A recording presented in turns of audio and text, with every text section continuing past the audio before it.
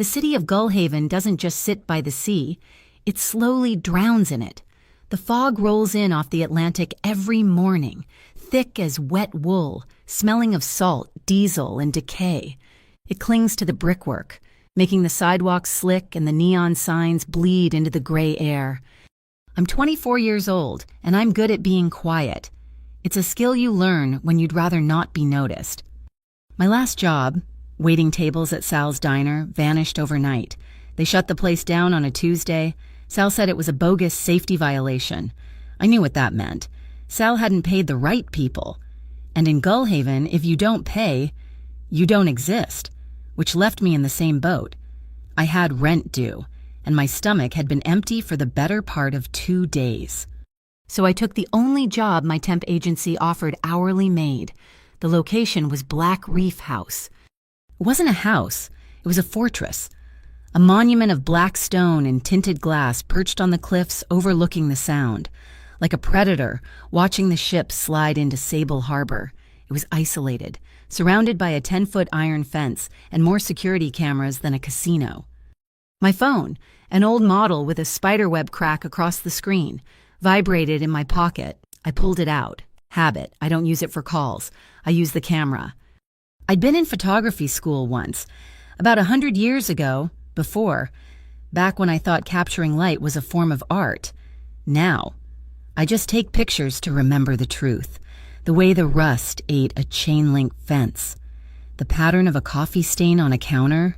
Little, insignificant details that proved I was here, that the world was real, even when it felt like a dream I couldn't wake up from. I snapped a quick, blurry shot of the gate's locking mechanism. Evidence. The other maids, mostly older women from the city, moved with a silent, practiced efficiency. They taught me the rules on my first day, in whispers. 1, you don't speak unless spoken to. 2, you don't look anyone in the eye. 3, you never, ever go to the North Tower unless summoned. The owner lived there. I hadn't seen the owner. In 2 weeks of scrubbing floors and polishing glass, I hadn't seen him once, just the hushed stories. His name was Gustavo Serrano, 32 years old, according to the cryptic agency file. The whispers said he was the head of the Obsidian Circle. They said he owned Sable Harbor, every crane, every container, every union man who worked the docks. They said he was dangerous, but he was quiet about it. I was assigned to the main conference room today. It was a vast, cold space dominated by a single table that looked like it had been carved from a block of polished night. It was so black it seemed to drink the light from the ceiling to floor windows. Someone had been careless. A white, puckered burn mark, the ghost of a hot dish, stained the perfect finish right at the head of the table. I was on my knees, trying to lift the stain with a plastic scraper and a special polish. My breath fogged on the cold surface. The overhead lights reflected off the tiny scratches I was making, turning my failure into a constellation of little moons.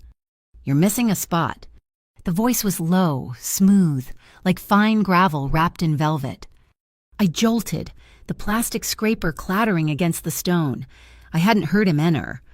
The marble floor hadn't whispered a single warning. I froze, my gaze traveling up, polished black shoes, expensive, shined to a mirror finish, the perfect sharp crease of black trousers, a black suit jacket, tailored so precisely it looked more like armor than clothing. Gustavo Serrano? I scrambled to my feet, my cheeks burning hot. I wiped my damp hands on my gray apron. Mr. Serrano, I'm sorry, I was just the stain is... He ignored my fumbling. He walked toward the table, moving with a fluid grace that was almost unnerving. He stopped and pointed one long, unadorned finger at the mark. There. His voice was barely above a whisper, but it cut through the silence of the room like a razor. A halo of grime. You're scraping, not cleaning. He reached into the breast pocket of his suit and pulled out a handkerchief. Not paper, bright white linen, so crisp it looked sharp. He tossed it onto the table. It landed without a sound. In the corner, a single letter S was embroidered in silver thread. Do it again, he said. It wasn't a request. I picked up the handkerchief. The fabric was impossibly soft, thicker than any I'd ever held. I knelt, my shame battling my fear. I started rubbing the spot, the pressure of his presence a physical weight on my back. "Look at me." I stopped. My blood ran cold. This was the test. In my world, the one I'd escaped. You never made eye contact. Eye contact was a challenge or an invitation. Both got you hurt. I prefer to know who is scrubbing my furniture. Miss Solis. He knew my name. Slowly, I lifted my head. I pushed the stray hair from my face and met his gaze. His eyes were the color of the harbor at midnight. Not black, but a deep, dark brown. So dark they reflected the cold light from the window. He wasn't just looking at me. He was reading me. His face was sharp, angular, handsome in a way that was more intimidating than attractive. And his expression, it was one of absolute, chilling calm. The shadow of a smile touched his lips, but it didn't reach his eyes. That's better. He let the silence stretch, thick and heavy, punctuated only by the distant cry of a gull. Finally, he gestured, not at the table, but at the massive chandelier above it, a monstrosity of black iron and crystal teardrops. That fixture is next. It gathers dust. I nodded, my throat too tight to speak. I was grateful to be dismissed. Though I wasn't, I moved to my utility cart and grabbed the long-handled duster. The ceiling was high, easily 15 feet. I reached up, high. The stretch pulled the cheap cotton of my uniform taut across my shoulders. The sleeve of the gray work shirt I wore under my apron was stiff, starched one too many times. As I stretched for the highest crystal, the sleeve slid down. It only slid an inch, maybe two, just past the knob of my wrist, but in a room where the only sound was the thudding of my own heart. It was a seismic event. The cold morning light from the window hit my inner arm. It illuminated the geography of my past. The scars. They aren't the rough, angry marks of a moment's despair. They are fine, pale, and precise. A pattern. Orderly and systematic. Thin as guitar strings, and just as taut. A story written in a language no one here was supposed to understand. A history of organized, methodical violence. My breath hitched. I yanked the sleeve down, the duster clattering against the chandelier. The crystals chimed, a sound like breaking ice. I braced myself. I waited for the recoil, the disgust, the pity. I waited for the questions. What happened to you? Who did this? Are you unstable? The questions that would mean I was fired. Gustavo Serrano didn't move. His eyes flicked from my wrist back to my face. His expression didn't change, not by a single twitch of a muscle. No pity, no surprise, no revulsion. Just acknowledgement. He didn't ask who. He didn't ask why. He simply tilted his head, as if listening to a sound I couldn't hear. "You have a choice, Miss Solis," he said, his voice dropping even lower, forcing me to lean in just to hear him. "A choice, sir. 1. He held up a finger. "You continue your current schedule. 4 hours a day. You clean what you are assigned. You leave. You are paid your hourly wage, and we never speak of this again." He paused, then held up a second finger. Or 2. You move into the North Tower. Effective immediately. A private suite is available. I stared at him. This made no sense. "Move in, sir. I'm an hourly." "Your compensation would be doubled," he continued, as if I hadn't spoken. "Your duties would change. You would be assigned exclusively to my private wing. But there are conditions." "Conditions," I repeated, my voice flat. "Silence. You will see things and hear things. You will not repeat them. Punctuality, absolute, and..." He looked me up and down, a slow appraisal that had nothing to do with desire and everything to do with inventory. "You will eat every meal provided. You look like you haven't had a solid meal in a week." It was true. My paycheck from Sal's had bounced, but hearing him say it so calmly felt like another violation. "Mr. Serrano," I said, forcing my voice to remain steady, professional. "I appreciate the offer. It's very generous, but I prefer my current arrangement. I have an apartment." A lie. I had a room in Kestrel Heights, with a shared bath and a window that didn't lock. I like my privacy, I finished lamely. His lips twitched. That shadow of a smile returned, cold and knowing, as you wish. He started to walk out. He passed me, and the scent of expensive wool and something clean, like ozone before a storm, washed over me. He stopped at the door, his hand on the massive brass knob. A detail, Miss Solis. He turned his head, looking at me over his shoulder. That midnight gaze pinned me to the floor. The Vesper team was very thorough. Vesper, sir? My internal security. They ran your background before your first day. Standard procedure. He let the words hang in the air. They noted your record was clean. Remarkably so, for someone from Kestrel Heights. But they also noted a significant weight loss in the last 6 months, and the withdrawal from Gullhaven City College. Photography. Wasn't it? The air left my lungs in a silent rush. He knew. He hadn't just seen the scars and reacted. He knew before he walked into this room. The job offer, the conditions. The specific mention of eating it wasn't an impulse. It was a calculated move. Someone had already dug into my life, cracked open my past, and laid it bare on his obsidian table. Finish the table, he said, his voice flat again. Use the handkerchief. It won't scratch the finish. And then he was gone, as silently as he arrived. I worked for another 2 hours, my hands shaking so badly I could barely hold the duster. The bus ride back to Kestrel Heights felt longer than usual. The Heights was a cruel joke. It was the lowest lying part of the city, a basin of crumbling brick tenements that smelled of low tide and stale beer. My room was on the 3rd floor. I double-locked the door, which was mostly cosmetic, and wedged my only chair under the knob. The window was cracked, a strip of gray duct tape holding the glass together against the wind. The feeling of being watched, which had been a low-grade hum under my skin for the past year, was now a pounding drum.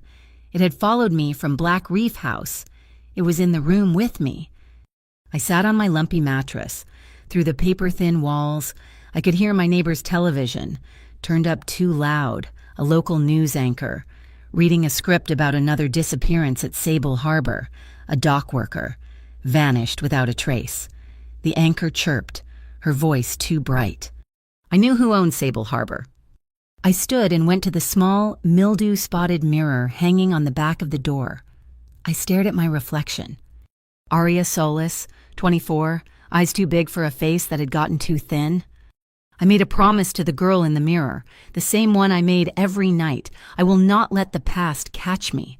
I survived. I got out. I am not going back. I am not that person anymore.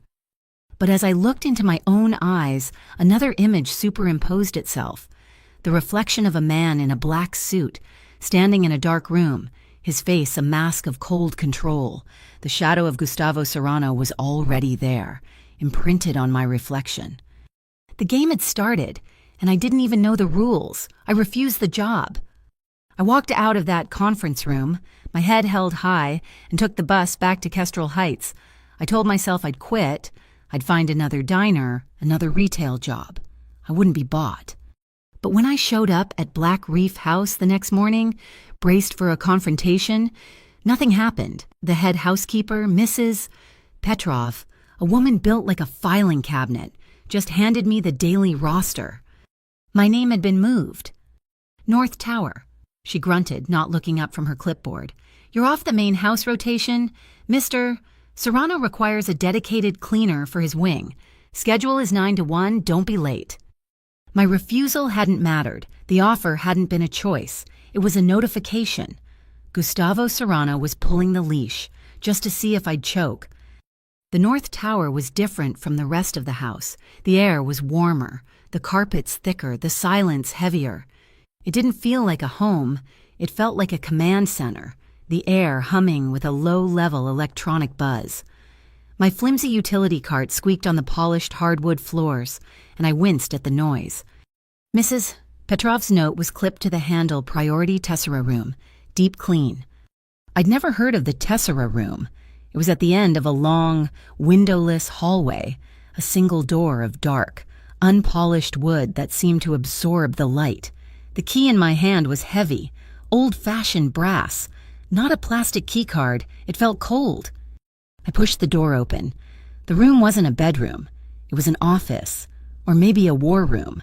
One entire wall was a sheet of glass, floor to ceiling, offering a godlike view of the gray, churning Atlantic and the skeletal cranes of Sable Harbor below. The other walls were lined with dark, imposing bookshelves.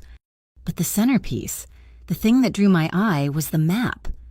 It was a massive maritime shipping chart, mounted on cork, covering half a wall. Gullhaven Harbor was the nexus, with routes spreading out like a spider's web. Dozens of pins were pushed into it, marking locations. Most were black, the color of obsidian. But there was another cluster. Off the coast, sitting right on the deep water shipping lanes, was a tight nest of pins, bright and venomous blue. My job was to dust, but the map held me captive. I stepped closer, my cloth forgotten in my hand. A small, square piece of paper was pinned near the blue cluster. The handwriting on it was sharp, aggressive, written with a thick black pen. Cobalt serpents. And underneath that, 2 words, partner or rival. My hand went to my pocket, the reflex faster than thought. I pulled out my old phone, the one with the cracked screen. The camera was slow to focus. Click, a photo of the map, evidence, proof of something. I turned to the bookshelves. They were filled with heavy, leather-bound volumes. Not novels, Lloyd's Maritime Law, logistics of deep-water cargo, histories of the Atlantic trade routes. I ran my feather duster along the spines, the smell of old paper and leather filling my nose. I'd brought a glass of water on my cart. The polishing chemicals always dried out my throat. I reached for it, but to get a better angle on the top shelf, I set the glass down on a lower one. Thunk! It wasn't a loud noise, but it was a heavy, oiled sound, mechanical. The section of the bookshelf where I'd placed the glass receded by an inch, then popped open. A hidden compartment. My heart hammered against my ribs, a frantic bird in a cage. This is it. This is the moment, the maid in the movie who sees too much. This is where I should turn, run, and never come back. But I was frozen. Inside the small, velvet-lined niche, there wasn't a weapon. There weren't stacks of cash. It was organized, clinical. A small, sterile-looking white box. I lifted the lid, inside medical-grade burn ointment, foil-wrapped antiseptic swabs, rolls of sterile white gauze bandages. My skin prickled. This was a first aid kit for a very specific kind of injury. Underneath the box was a single manila folder. My name was on the tab, printed in that same sharp black ink, Aria Solis. My fingers trembled as I opened it. It was an employment contract, not with the temp agency. This was a direct contract with a holding company I'd never heard of, Sable Harbor Logistics. It guaranteed a salary that made my stomach flip 4 times what I was making. It listed full health and dental benefits, a housing stipend. And at the bottom, on the signature line, was my name.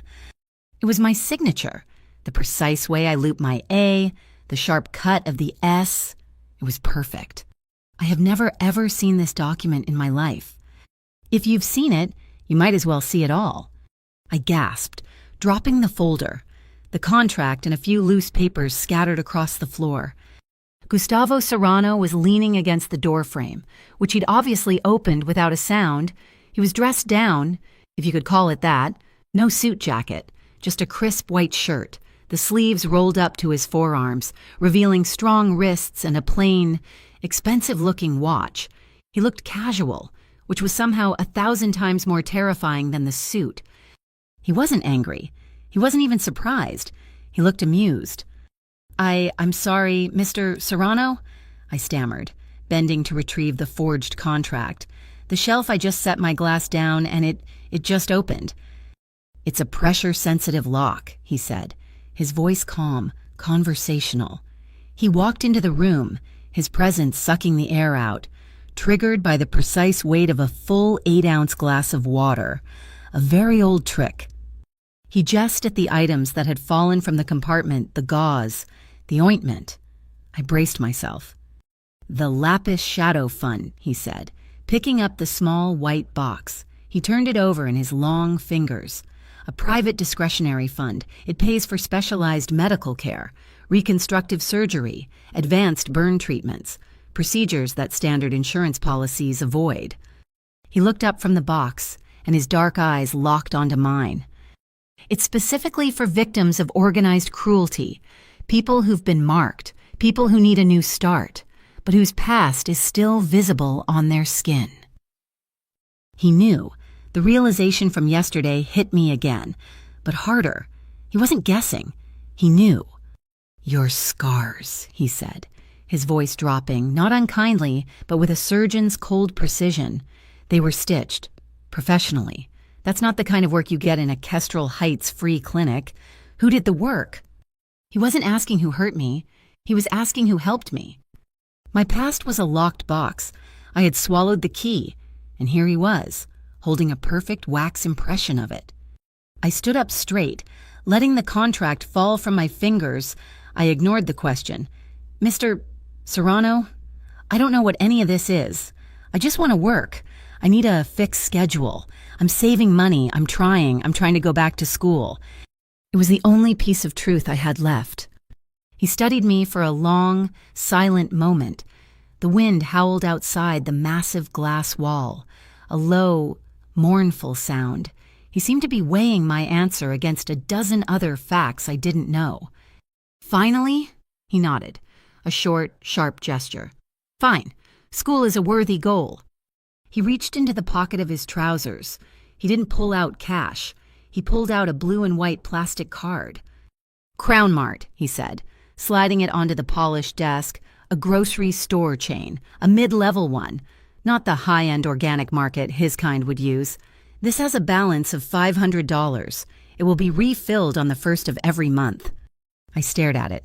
It looked obscene sitting on the dark wood. I can't accept this. It's not a gift, Miss Solis, he said, tapping the forged contract on the floor with the toe of his expensive shoe. It's part of the compensation package you already signed. Consider it an advance. He walked past me, stopping at the door. And Aria, he said, using my first name for the first time. Don't starve. It's inefficient. I left Black Reef House that afternoon with the Crown Mart card burning a hole in my pocket. I felt compromised, bought, owned. On the way home, I stopped at the Crown Mart.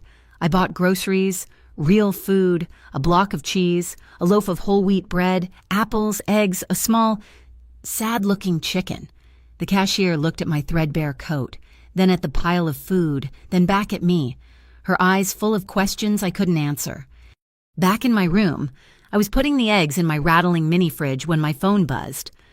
A new text, an unknown number. My blood turned to ice. It was a picture of me, taken today. It was a high-angle shot, looking down. I was standing in the tessera room, in front of the maritime map, my back to the camera. It was taken from outside the window, an impossible angle, unless you were clinging to the cliff face. Below the image, a single line of text. Serrano's prey is always prettiest before being devoured. My hands were shaking so badly I dropped the carton of eggs. They splattered on the linoleum. Someone was watching me inside the house. Someone who could get close to the North Tower. The next morning, I found Marta Quill in the staff break room. Marta was different, younger than the others, with sharp eyes and pink-streaked hair, always chewing gum. She managed the staff logistics, which meant she had access to the security feeds to check for housekeeping infractions.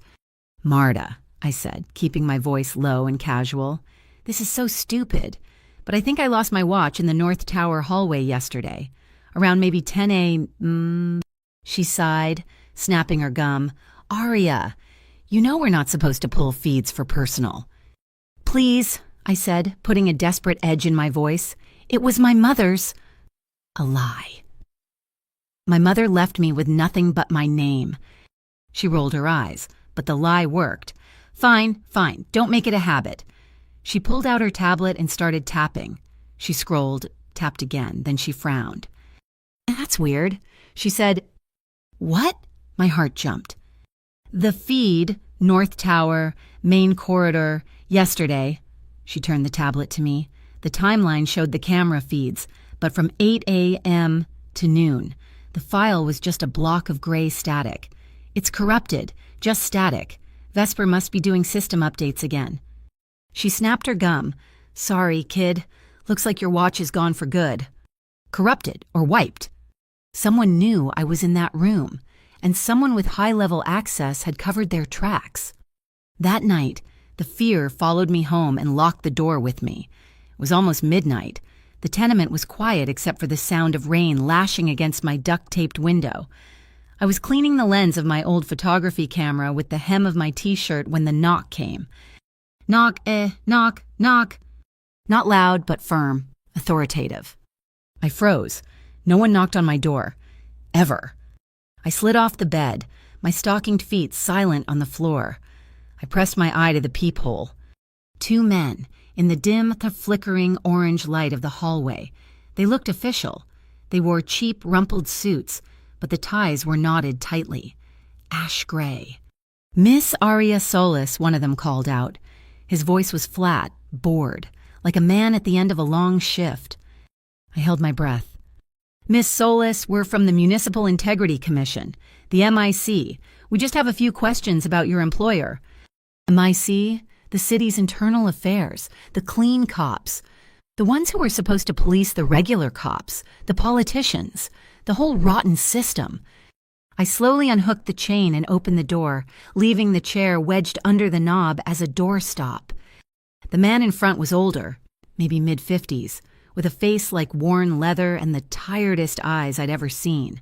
Sorry to bother you so late, Miss. I'm Investigator Thorne. He held up a badge in a worn leather wallet. It looked real. We're conducting a review of irregularities at Sable Harbor, he said. We understand you're currently employed at Black Reef House. I'm a maid, I said, my voice barely a whisper. The best witnesses are the ones no one notices.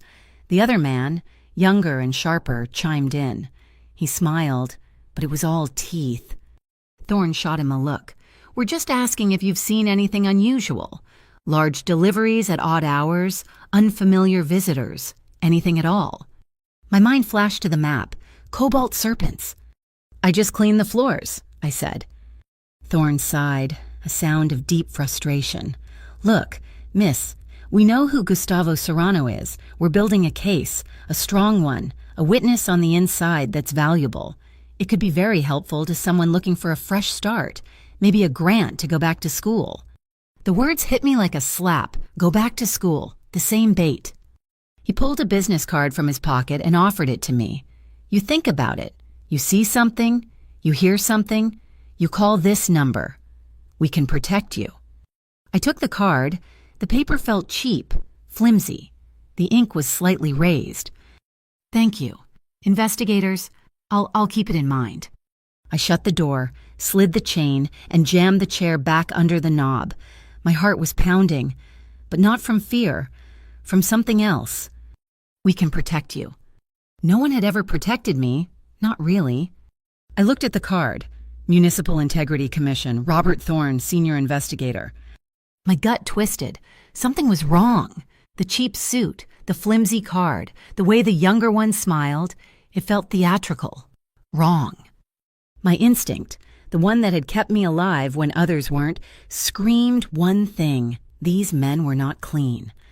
I grabbed my phone, click, a photo of the card. Evidence. Then, my fingers closed around the card. I tore it in half, and then in half again.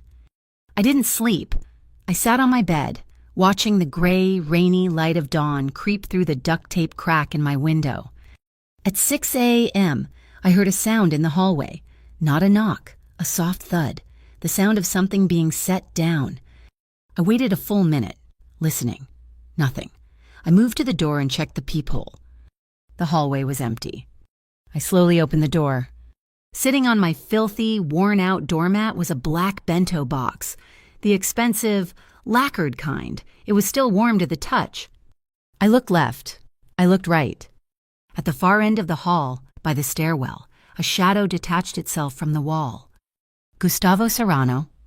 He was standing there, in his tailored black suit, looking as out of place in this crumbling tenement as a panther in a dog pound. He must have been waiting. He didn't raise his voice. He didn't have to. His words traveled down the empty, damp hallway and hit me like a physical force. "Miss Solis, a piece of advice." He took a single, slow step forward, his hands in his pockets. "Don't open the door for men who wear ash-gray ties. They're rarely who they claim to be." He turned, not waiting for a reply, and disappeared down the stairs, his footsteps making no sound at all. He'd known. He knew they'd come. He knew I was being watched by everyone. And he was watching, too. I took the suite in the North Tower. It wasn't a decision, it was an acknowledgement. Kestrel Heights wasn't safe. The men in the ash-gray ties, the anonymous text, the corrupted camera feed, they were all circling. Gustavo's warning in my hallway wasn't a threat. It was a statement of fact. My room with the taped-up window was a cage, and he was the only one who had offered a key. This new cage was just much, much bigger. My duties changed. I was no longer just a maid. I was a ghost who served one man. The North Tower kitchen was a sterile expanse of stainless steel and black marble, a place that cared more about precision than comfort. I was polishing a chrome espresso machine when Gustavo entered. I tensed, my shoulders instinctively curling forward. He was in a crisp white shirt, sleeves rolled to the elbows. He was holding a chef's knife that looked lethally sharp. The air was filled with steam from a boiling pot and the sharp, bright scent of licorice. He walked to the central island, where a bulb of fennel and a cutting board waited. He didn't look at me. Thwip, thwip, thwip! The knife moved with a quiet, hypnotic rhythm, partitioning the vegetable with surgical skill. "You don't like fennel," he stated. It wasn't a question. I jumped, my rag squeaking on the chrome. I don't mind it, sir." "You wrinkled your nose when you walked in," he said, his eyes on the blade. "Your Vesper file is comprehensive. It includes the order slips from Sal's Diner. You prefer savory, salty. You dislike anise. The file also noted you lost 10 pounds in the 2 months before you started here." He stopped chopping. He finally looked at me, his gaze as sharp and cold as the knife in his hand. "You flinch every time I enter a room," he said, his voice low. "You hunch your shoulders, not to protect your face, to protect your ribs. Why?" My breath caught. He saw everything. The scars on my wrist, the ones he'd seen in the conference room, were a distraction. He was looking at the injury I kept hidden. "It's an old habit," I whispered. "The Lapis Fund," he said, setting the knife down, perfectly parallel to the edge of the board. "The one I told you about in the Tessera room. It's thorough. We found the unlicensed clinic where you got your wrist stitched. The doctor, he kept poor records, but he remembered you. He said the work on your wrist was an accident. He said he was hired to remove something." He took a step toward me. I took a step back, hitting the counter. "He said it was on your side," Gustavo finished, his voice soft, relentless. The air in the kitchen was thick and hot. I couldn't breathe. The smell of licorice was suffocating. "It was a place." I forced the words out. They tasted like rust and shame. I was 19. It was called the Sanctuary of New Dawn. They called it a correctional facility, a place for troubled girls. "It wasn't," he stated. "No, it was a cult. They marked us to show we belonged to them, a symbol, tattooed on our ribs, a brand of ownership." My voice went flat, the voice I used to talk about the weather, the voice I used to survive. I got out. I ran for 3 days. I found that clinic. I gave him every dollar I had. He wasn't a surgeon. He was cheap. The removal, it was a mess. I instinctively touched my wrist. He used restraints. I reacted badly to the procedure. He got angry. The scars on my arm, those are from the restraints he used to hold me down. He called them deletion marks. The kitchen was silent. No chopping, no steam, just the low hum of the massive refrigerator. Gustavo was staring at the wall, at a spot just past my shoulder. He wasn't looking at me. He was looking at the story I'd just told. His left hand, which was resting on the marble island, slowly, almost unconsciously, clenched into a fist. The knuckles went bone white. The The veins on the back of his hand and forearm stood out, stark and blue against his skin. When he finally spoke, his voice was the most terrifying sound I had ever heard. It was barely a whisper. It was absolutely calm. It was full of murder. This sanctuary, where is it? It doesn't matter, I said, my voice shaking. It's in the past. I'm out. I'm safe. Where? He repeated. I don't know, somewhere in the hills, upstate. As long as you are in Gullhaven, he interrupted, his voice cutting through my panic. As long as you are under this roof, no one will touch you. Not the imposters from the MIC, not the shadow who sends you photographs, and certainly, his eyes, black as the harbor at midnight, met mine. No ghost from a cult. I will not allow it. The force of his promise, the sheer possessive fury in it, knocked me off balance. It was protective, yes, but it was also suffocating. I am not yours to protect, I choked out, the words sharper than I intended. The fire in his eyes banked, replaced by that cold, assessing calm. No, you are not. If I am to stay here, I said, finding a sudden, desperate strength, I require one thing, not money, not protection. I took a steadying breath. I require the right to refuse, the right to say no, to any physical contact. I expected him to laugh or to counter. He didn't. He simply nodded, as if this was the most logical business term in the world. Granted, what are the rules? I prefer clarity. Rules I hadn't thought that far. Simple. You ask. I nod. If I don't nod, you don't touch me. And he prompted. And if I say stop, you stop, instantly, no questions. I ask, I wait for the nod, he repeated, cementing the pact. You say stop, I stop, agreed. He didn't offer a hand to shake. He understood that would be a violation. He turned and walked to a service closet by the kitchen exit. He pulled out a long, dark coat. It looked like it was made of wool or cashmere, impossibly soft. It was his. This wing of the house has floor-to-ceiling glass, he said, holding it out, not forcing it on me, just offering. The wind off the harbor is cold. Your uniform is thin. He was right, but that wasn't the real reason. This coat was long. The sleeves would cover my wrists completely. It wasn't about the cold. It was about covering the evidence. It was a subtle, unspoken act of defense. I took the coat. The wool was heavy and warm. It smelled faintly of him, that clean, ozone before a storm scent. The next 2 weeks passed in that strange, tense silence. I worked. He worked. We orbited each other. The pact was a new, vibrating wire strung between us. Then, the rumors started downstairs. A party. Not at the house. On a yacht, the Asterian. It's the annual Harbor Summit, Marta Quill told me in the break room, snapping her gum.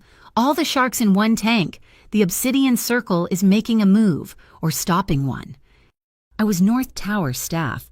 It had nothing to do with me, until Mrs. Petrov, the head housekeeper, cornered me by the linen closet. Solus, your file says you have floral arrangement experience. At the diner, I clarified, just table settings. Good enough, you're assigned to the Asterian tonight. 7 P.E., logistics bay. You're handling the centerpieces. My stomach turned to ice. It wasn't a request, and I knew, with chilling certainty, that Gustavo had ordered it. He was either putting me in the line of fire or pulling me closer to it. I couldn't decide which was worse. The Asterian was a monument to wealth, a 3-tiered monstrosity of polished teak and gleaming brass. The logistics bay, below deck, was a different world. It was hot, loud, and smelled of diesel fumes and wilting lilies. Chefs were screaming, waiters were running. I was shoved in a corner with 3 buckets of flowers and a roll of wire. I was trying to force a rose into a block of foam when a shadow fell over me. Well, look what we have here. A little mouse, escaped from the trap. The voice was thick, slurred with expensive liquor. I turned. A man in his 50s, paunchy, with a flushed face and a tuxedo that was strained at the buttons. His eyes were small, wet and unsettling. "Excuse me, sir," I said, turning back to the flowers. "I'm working." "Oh, I'm sure you are, he chuckled, stepping into my space. I was backed against the cold steel bulkhead. He smelled of whiskey and an overbearing, musky cologne. Serrano's new acquisition. I heard he was keeping something new in the tower. He blocked my exit, placing a heavy hand on the wall by my head. I just want a closer look. His hand shot out. It was fast. He didn't grab my waist. He didn't grab my arm. He grabbed my wrist, the scarred one. His thumb immediately found the pale, ropey lines. What is this, some kind of... My blood ran cold. The air left my lungs. The smell of him, the heat of his hand, the way his thumb rubbed my skin. I was back in the clinic. I was back in the sanctuary. Let go! I choked out. Make me, little mouse, he leered, his grip tightening. She doesn't have to. The voice was not a shout. It was quiet. It was pleasant. It cut through the noise of the bay like a blade. Gustavo? He was standing 5 feet away, a vision in a perfectly tailored black tuxedo. He looked like he owned the boat, the harbor, the ocean itself. The man's face went from a leering red to a pasty, sickly white. Serrano, the man stammered, his hand still locked on me.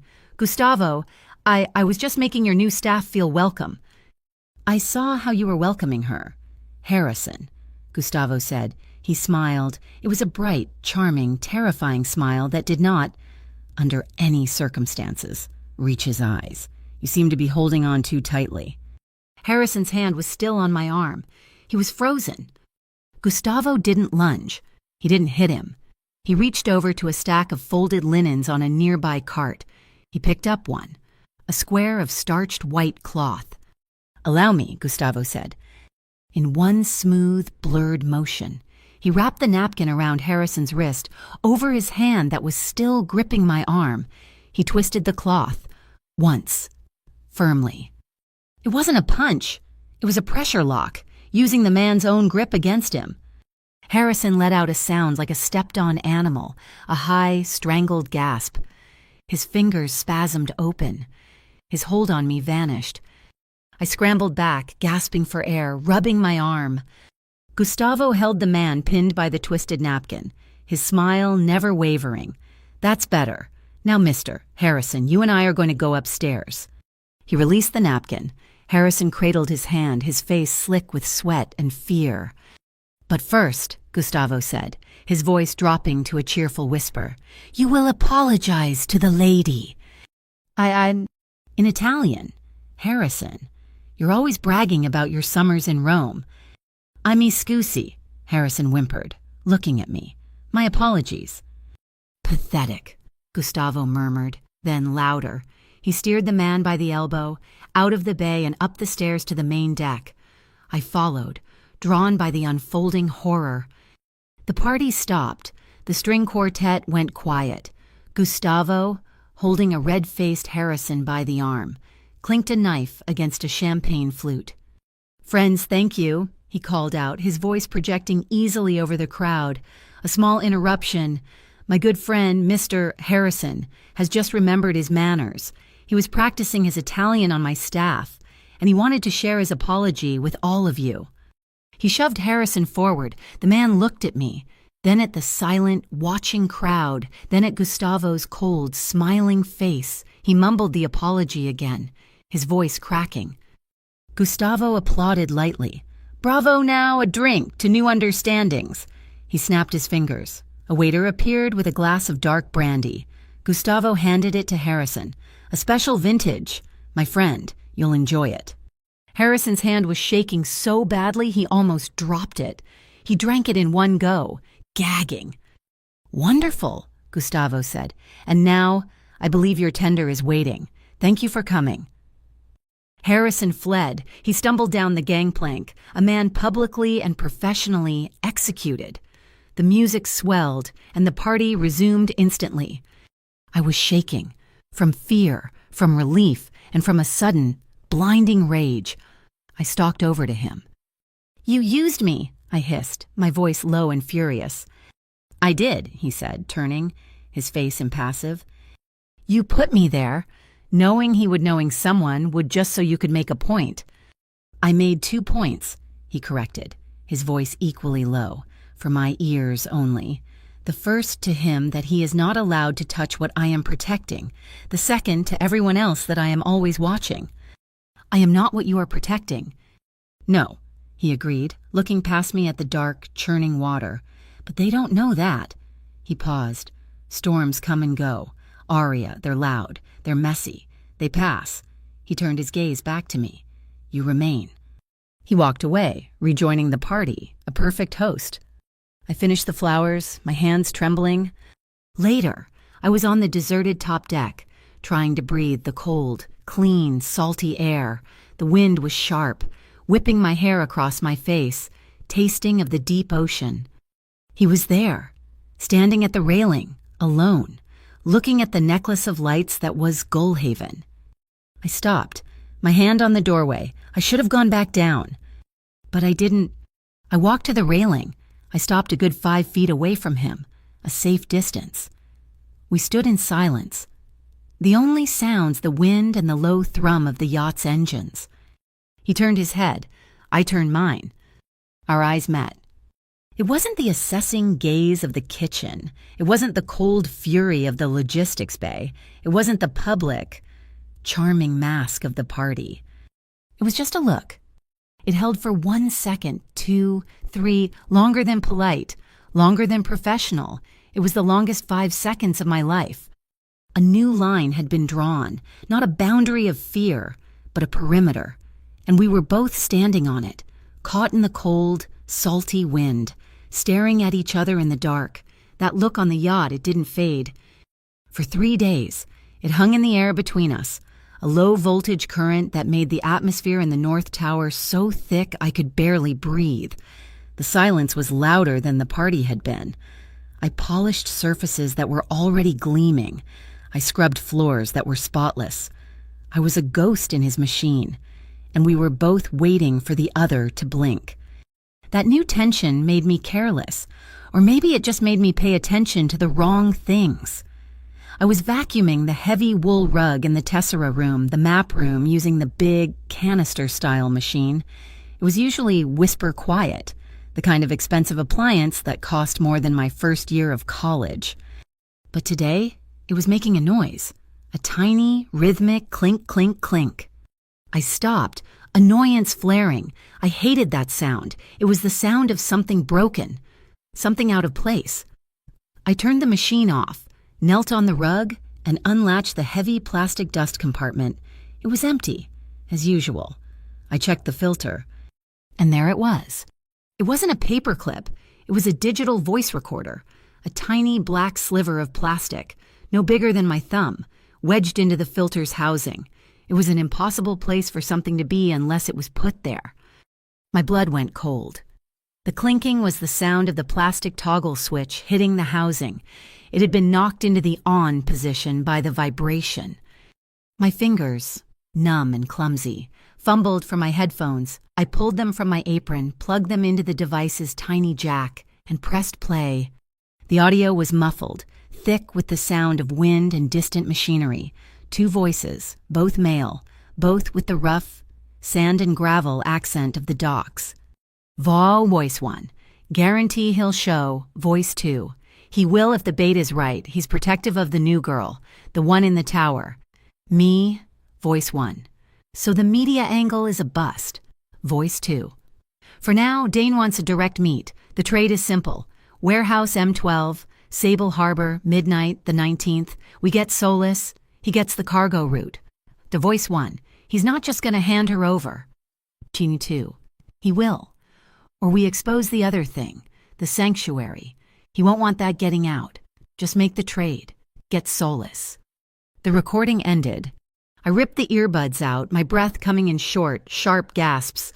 Get Solis. I was a line item, a piece of merchandise to be traded in a warehouse. I didn't hide. I didn't run. I stood up. The tiny recorder gripped so hard in my hand the plastic edges dug into my palm. I left the vacuum in the middle of the floor and walked straight to Gustavo's private study. He was at his desk, staring at a laptop screen that was reflecting the gray, angry ocean. He looked up when I entered, his eyes cold. He didn't like being interrupted. I didn't speak. I just walked to his desk, my hand shaking, and dropped the recorder on top of his pristine leather blotter. "It was in the vacuum," I said. My voice was flat, dead. He looked at the recorder, then at me. He didn't use headphones. He just pressed play, his finger precise, and turned the volume on low. The tinny, awful voices filled the silent room. "Get Solis. He gets the cargo route." Gustavo's face, which I'd learned to read in micro-expressions, a tightening jaw, a narrowing of the eyes, went perfectly, absolutely blank. It was the most terrifying expression I'd ever seen. He was a statue of black marble. When the recording finished, he pressed stop. "Rurik Dane," he said. His voice was a flat, dead calm. "He runs the Cobalt Serpents." He gestured, not looking, toward the map in the other room, the cluster of blue pins. "He's been trying to force my hand for months. He thinks he can use you to draw me out. Warehouse M12 is his territory." "He called me Solis," I whispered, like a thing. "To him, you are," Gustavo said, his eyes drilling into me. "You are the leverage." "So what's the plan?" I asked, my voice gaining an angry edge. "Do you lock me in my room, post a guard, or do you make the trade?" "You will be secured," he said, rising from his chair. "You will not—" "No." He stopped. "No. That's what they're expecting. They're watching me. The text message, the men in the ash-gray ties, they're all his. Aren't they Rurik Dane's?" Gustavo just watched me, his head tilted. He was calculating. "They're watching me, waiting for me to be scared, waiting for you to lock me up," I said, the plan forming in my head, born of pure, distilled rage. "So let's give them something else. Let's send a message back." I reached into my apron and pulled out my old, cracked phone. Then I went to my cleaning cart in the hallway and dug my old camera bag from the bottom. I still carried it. Habit. I dropped the vintage camera on his desk next to the recorder. "They think I'm a weakness," I said, my heart hammering. "Let's make them think I'm a traitor." His eyes narrowed. "Explain." "The men in the gray ties, the fake MIC, they wanted me to be their witness. They wanted me to sell you out. So let's pretend I am." I held up the camera. "I text them. I tell them I've got proof. Photos of your ledgers, recordings, something big. I'll use a burner SIM card. I'll tell them to meet me. Tonight, at Warehouse M12. Absolutely not," he said. The words were final. "You are not a field operative. You are a civilian. I will handle Rurik Dane." "And how will you do that?" I shot back, emboldened by my own fear. "By starting a war, by getting that dock worker from the news killed. They're using me as a pawn. You told me not to starve because it was inefficient. Well, this is inefficient. Hiding, waiting, being bait." I leaned forward, my hands flat on his desk. "Let me be the trapper. Let them think they're catching a desperate girl trying to sell out her boss. They'll be overconfident. They'll be sloppy. And you—" I locked his gaze. "Will be waiting." He stared at me for a full minute. The silence stretched, filled only by the wind whistling against the glass. He was weighing the risk. He was weighing me. "This is not a game, Arya. You could be killed." "I'm already being hunted," I said. "I'd rather face it on my feet." He exhaled, a long, slow breath. It was a surrender. "Fine, but not alone." He pressed a button on his intercom. "Mira, my study, now." Less than 30 seconds later, the door opened. A woman I'd never seen before entered. She was my age, maybe late 20s, with dark hair pulled into a severe ponytail and the most alert, intelligent eyes I'd ever seen. She wore a simple black turtleneck and trousers. She didn't look like a bodyguard. She looked like an analyst. "This is Mira Cade," Gustavo said. "She's Vesper. She wrote your file." So this was her, the one who knew I'd lost 10 pounds. "Mira, you will accompany Miss Solis tonight," Gustavo ordered. "You are her cousin. You are both nervous. You are in over your heads. You will not be armed." Mira's eyes widened, the first break in her professional mask. "Sir, unarmed, in Dane's territory." "You will not appear to be armed," Gustavo corrected. He looked at me. Your plan, they will be sloppy. If they see professionals, the trap fails. They must see two terrified women. Mira's gaze snapped to me. It was cold, assessing. She was calculating my worth, my weak points, how fast I'd break. She will break, Mira said to Gustavo, as if I wasn't there. I won't, I said. Gustavo ignored us both. I will be in place. Your only job, Mira, is to keep her alive until I am... He tossed Mira a clean, black burner phone. Send the text. Warehouse M12, midnight. Tell them you have the Soulless girl, and she's ready to talk. Warehouse M12 was a cathedral of rust. It loomed at the end of a deserted pier, the wind off the black water making the corrugated metal walls scream and groan. It smelled of brine, diesel, and dead fish. Rain lashed down, turning the pier into a slick black mirror. You walk in first, Mira hissed, grabbing my arm. Her grip was like steel. You look scared. You clutch the camera bag. Don't look at me. I'm just your stupid cousin who you dragged into this. Got it. Got it, I whispered, my teeth chattering. It wasn't hard to act scared. I was paralyzed. Move. She shoved me toward the small side door. It was unlocked. We stepped inside. The warehouse was vast and cavernous, lit by a few sickly, buzzing yellow floodlights high above. It was empty, just rows and rows of rotting crates. Hello, I called out, my voice sounding small and thin. I'm here. I have the information. I clutched my old camera bag to my chest. Silence. This is stupid, Mira whispered, playing her part. Aria, let's go. This is a bad idea. And then it happened. It wasn't a voice. It wasn't a gunshot. It was a light, a single blinding flash that exploded in my face, turning the world white. Flash, whir, click. There she is, get her, get her. My eyes, blinded by the magnesium flare, saw only spots, but I heard them, dozens of them, shouting, running. Flash, flash, flash. Not killers, reporters. They swarmed us, appearing from behind the crates, men and women in raincoats, shoving cameras and microphones in my face. Aria Solis, is it true you're Gustavo Serrano's mistress? Did he hire you to be a spy at Sal's diner? Are you selling him out tonight? What's in the bag? City Gaze wants to know, are you a gold digger, Aria? City Gaze, the filthiest tabloid in Gullhaven. This was the trap. Rurik Dane hadn't sent killers. He'd sent the press. This wasn't a kidnapping. It was a character assassination, a public execution. They wanted to drag my name and Gustavo's through the mud. Back off, Mira shouted, shoving a cameraman. She'd drawn a taser, its blue electrical light crackling in the dark. Back off, all of you. The flashes were relentless. I was trapped, blinded. I stumbled back, my heel catching on a rusted piece of rebar. I was going down. Clang, rattle, groan. A new sound, a sound from above, the massive, corrugated steel rolling door at the front of the warehouse. It was coming down, closing, trapping us in. And then, just as it was about to hit the ground, it stopped. It stopped with a loud, metallic thud. A man was in the doorway, the headlights and driving rain behind him creating a perfect, menacing silhouette. He was holding the door. He had his arm, his bare forearm, braced against the descending, multi-ton sheet of steel, holding it up with one arm. Gustavo.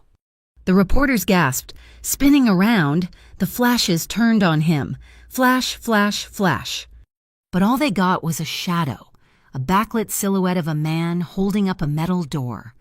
He stepped inside, letting the door crash down behind him. Clang. The warehouse was plunged into near darkness, the only light now the frantic, flashing strobes of the cameras. He didn't run. He didn't shout. He walked. He walked through the crowd of reporters like they were mist. They backed away, tripping over themselves. His face was a mask of cold, absolute fury. He reached me in 3 long strides. His hand shot out and gripped my upper arm, yanking me from the floor and pulling me behind his back, shielding me with his body. He faced the cameras, his back to them, his face in total shadow. He said nothing. The flashes were frantic, like a feeding frenzy, but they were getting nothing. Just the back of a man in an expensive coat, shielding a terrified girl. "Out," he said, his voice a low growl. Not to the reporters, to Mira. Mira grabbed my other arm, and together they formed a human wall, pushing through the crowd toward a small side exit I hadn't seen. We burst out into the rain. A black armored sedan was waiting, its engine idling. Mira threw open the back door. "Get in," Gustavo commanded. I tumbled in. He slid in beside me, Mira jumping into the front seat. The car peeled out, tires screaming on the wet pier before the reporters even made it out the door. We drove in silence. The only sound was the thwack, thwack, thwack of the windshield wipers and my own ragged breathing. I was shaking, soaked to the skin. He was perfectly still, staring out the window, his jaw so tight I thought his teeth might crack. His phone buzzed, once. He pulled it from his pocket. The green glow illuminated his face. He read the text.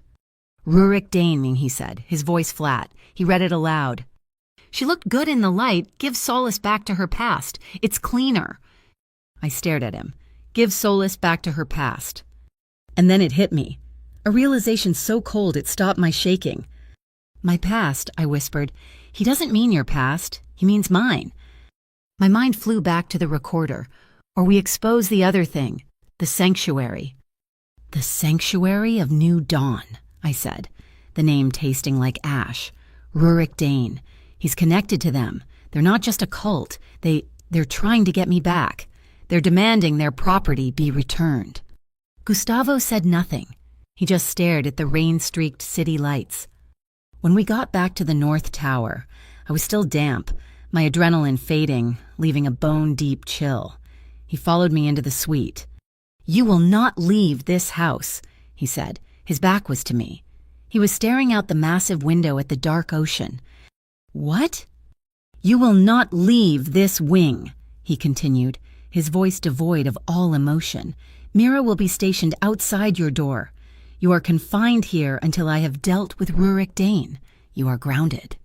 Grounded? The word snapped.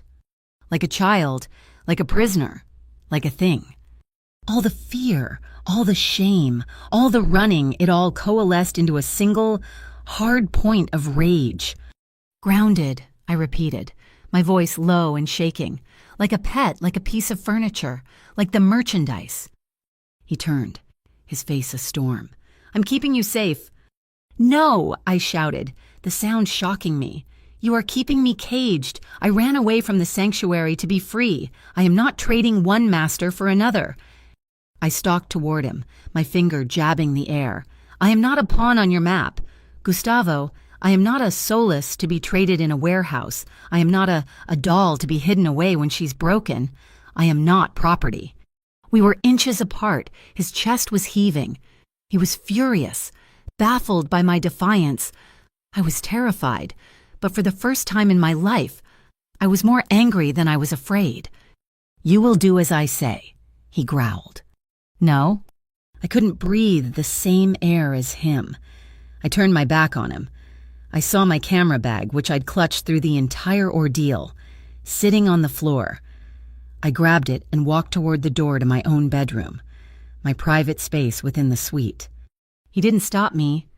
I slammed the door, my back hitting the wood. I slid down, my heart pounding so hard it hurt. I looked at the old, battered camera in my lap. I hadn't even taken a picture. The entire trip was a failure. But the lens cap, it was off. In the chaos, it must have been knocked off. And the little red light, it was blinking. It had been recording video the entire time. My fingers trembled as I rewound the footage.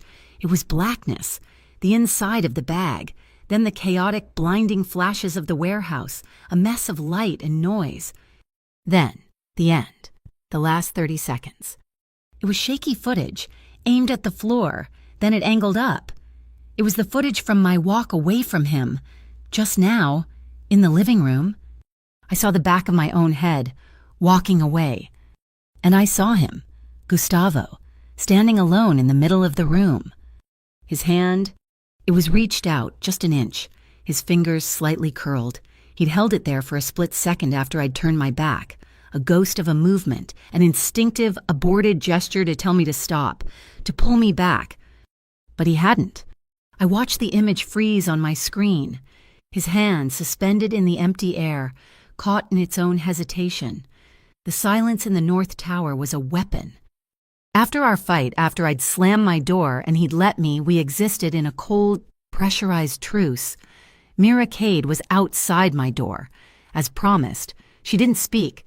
She just was a silent, professional shadow. But Gustavo hadn't confined me to my bedroom. He had confined me to the suite. It was a subtle distinction, but it meant I was still expected to work. So I worked, I scrubbed, I polished, I vacuumed, I moved through the vast, empty rooms like a prisoner pacing her cell, while he stayed locked in his study. We hadn't seen each other in 36 hours. The only proof of his existence was the occasional, quiet click of his study door opening and closing late at night, and a fresh pot of coffee in the kitchen before dawn. The video I'd taken that image of his hand, reaching and then stopping, I replayed it in my mind until it was worn thin. His words said, grounded. His hand said, stop. On the second day, the storm that had lashed the warehouse broke over Gullhaven with full, screaming force.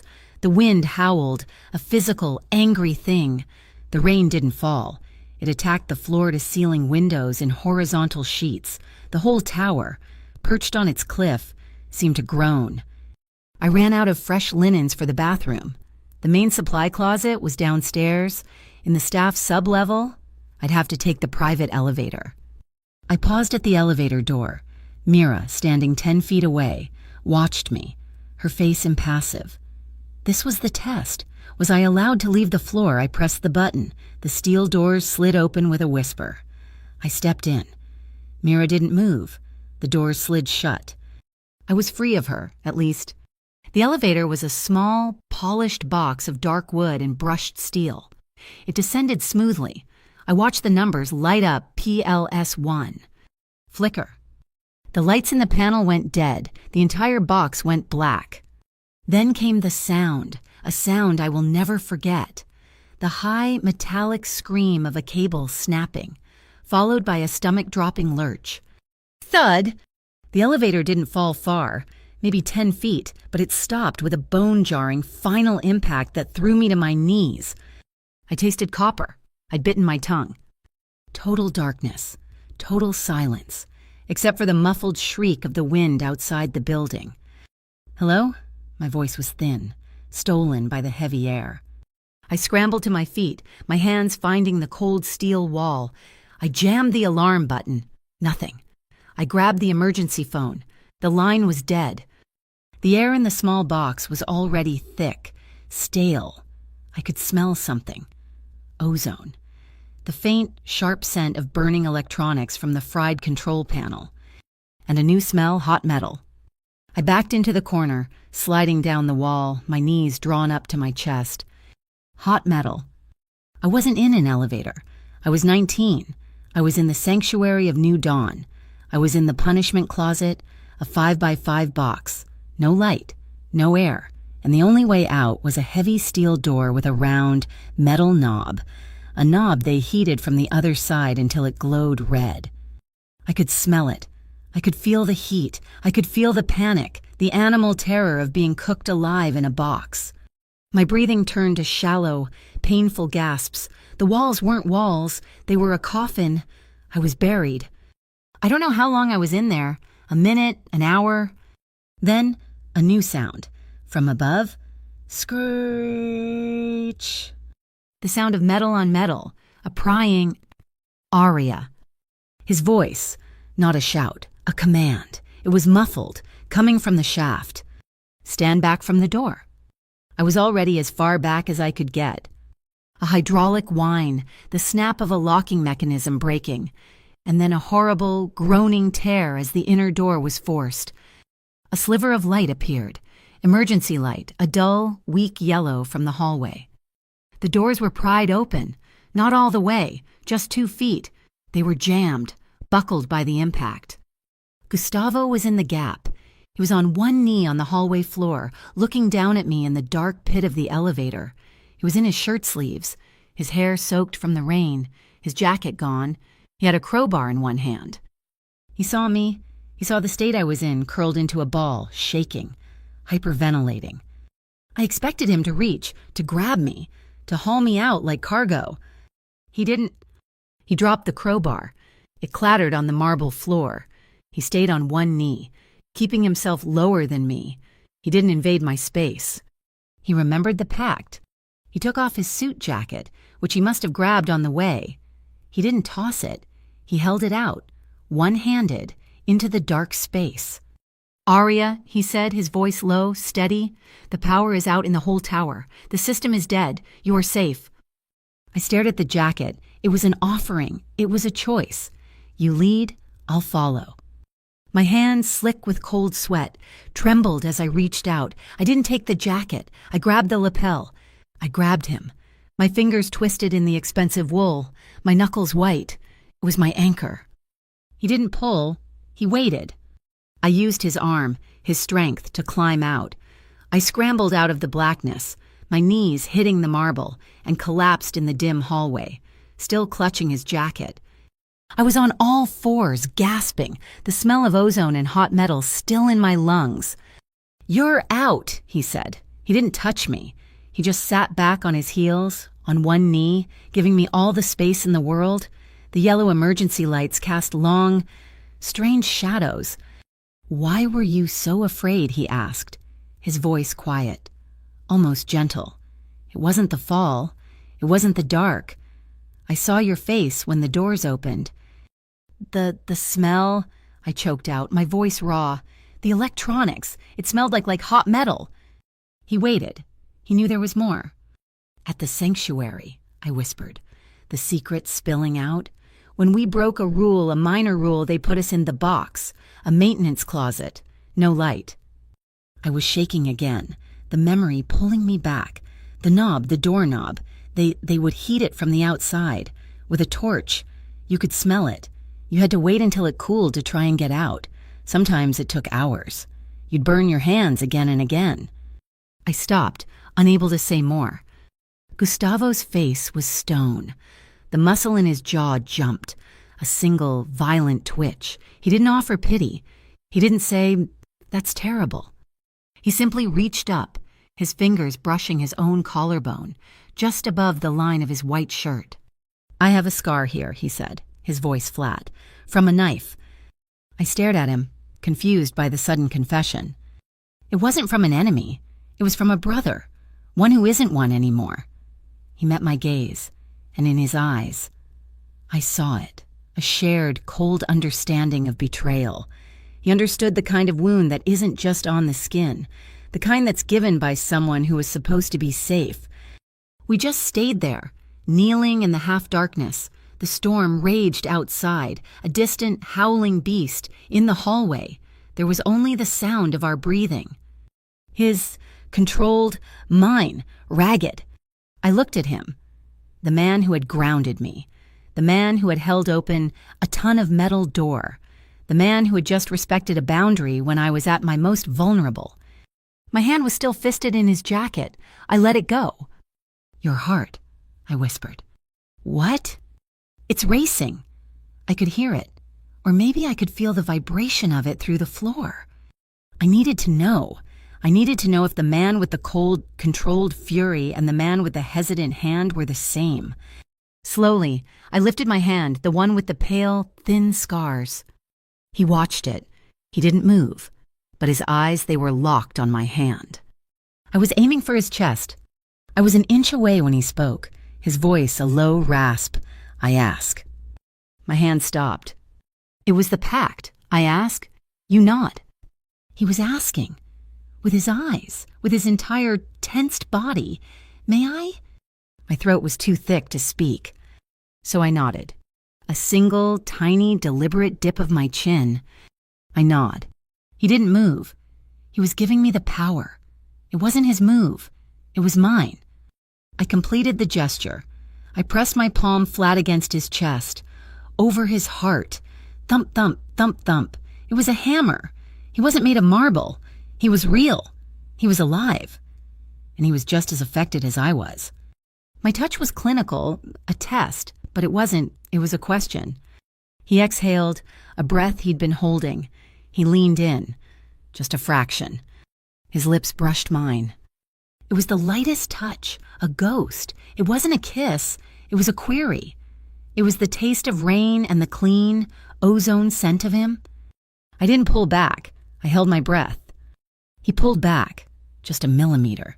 His dark eyes searched mine in the yellow gloom. He was waiting. So I leaned in. I closed the distance. This time, it was real. It was still slow, still hesitant, but it was a kiss. It was salt and warmth and the static electricity of the storm. And then it deepened. His hand, which had been on his knee, moved. He didn't grab me. He didn't pull me closer. He placed it, palm flat, on the small of my back. Not a grip, not pressure, an anchor. A point of contact that said I am here. His other hand came up, his fingers sliding into my damp hair, cupping the back of my head, supporting me. "You lead, Aria," he whispered against my mouth. "I'll follow." He was giving me the control. He was giving me everything. And so I did. I kissed him back. I let go of the fear. I let go of the anger, the confinement, the cold, silent war. All the tension that had been holding my spine rigid for 5 years. The constant, low-level flight or fight, it just evaporated. My shoulders dropped. I exhaled into his mouth. I wasn't fighting. I wasn't running. I was, for the first time, still. His jacket, which I was still half kneeling on, slipped. It fell from his shoulders, pooling on the floor around us. A dark curtain in the golden emergency light. My hands, which had been braced on the floor, moved. One stayed on his heart. The other came up to his jaw, my fingers tracing the sharp, tense line. He turned his head into my touch, his eyes closed. There was no desperation. There was no fury. It was just a surrender. A quiet, profound, and absolute surrender. Click! We're babe! The main power kicked back on. The dim, warm emergency lights were extinguished, replaced by the harsh, bright white of the main hallway fluorescence. The elevator, with a metallic groan, suddenly stabilized itself, its internal lights flashing on. We broke apart, not fast, slowly, dazed. We were kneeling in the hallway, in a puddle of water from his rain-soaked clothes, his suit jacket puddled on the floor. He stood first, in one fluid motion. He didn't pull me up. He held out his hand. I took it. His grip was warm, solid. He did lift me then, effortlessly, but the moment my feet were stable on the floor, he let go. He didn't hold on. He didn't crowd me. He stepped back, giving me my space. He respected the pact, even now. I saw Mira Kate at the end of the hall, her hand on her hip, an unreadable expression on her face. A security guard was running toward us, alerted by the elevator alarm. Gustavo turned. I turned. We looked at each other. And a sound bubbled up in my chest. It was so foreign. I almost choked on it. A laugh. It was small, a quiet, breathless puff of air. And he smiled. Not the shadow of a smile, not the cold, shark-like grin, a real, small, tired smile. His eyes crinkled at the corners. The guard skidded to a halt. "Mr. Serrano, sir. Are you all right, is she?" I turned to the guard, and for the first time in my life, I looked a man in uniform directly in the eye. I didn't flinch. I didn't drop my gaze. I didn't hunch my shoulders. "We're fine," I said. My voice was clear. Gustavo looked at me, his smile fading into something else, something like approval. He picked up his jacket, shaking the water from it. "Tomorrow," he said, his voice rough from the kiss, but firm. "Get some sleep. Tomorrow I am taking you out of Gullhaven for a day, somewhere the air is clean." He turned and walked toward his study, not waiting for my answer. I turned and walked back to my suite. At the end of the hall, unnoticed by all of us, a small red light on a Vesper security camera glowed. It had captured the entire scene. The frantic guard, Mira's frozen posture, And the final look that passed between me and Gustavo, the look of two people who hadn't touched, but who, in the aftermath, looked like they already belonged to each other. He was waiting for me in the underground garage, the part of Black Reef House that smelled like cold concrete and motor oil. The armored sedan was gone. In its place was a car that looked like it had been sculpted from a block of the midnight sky.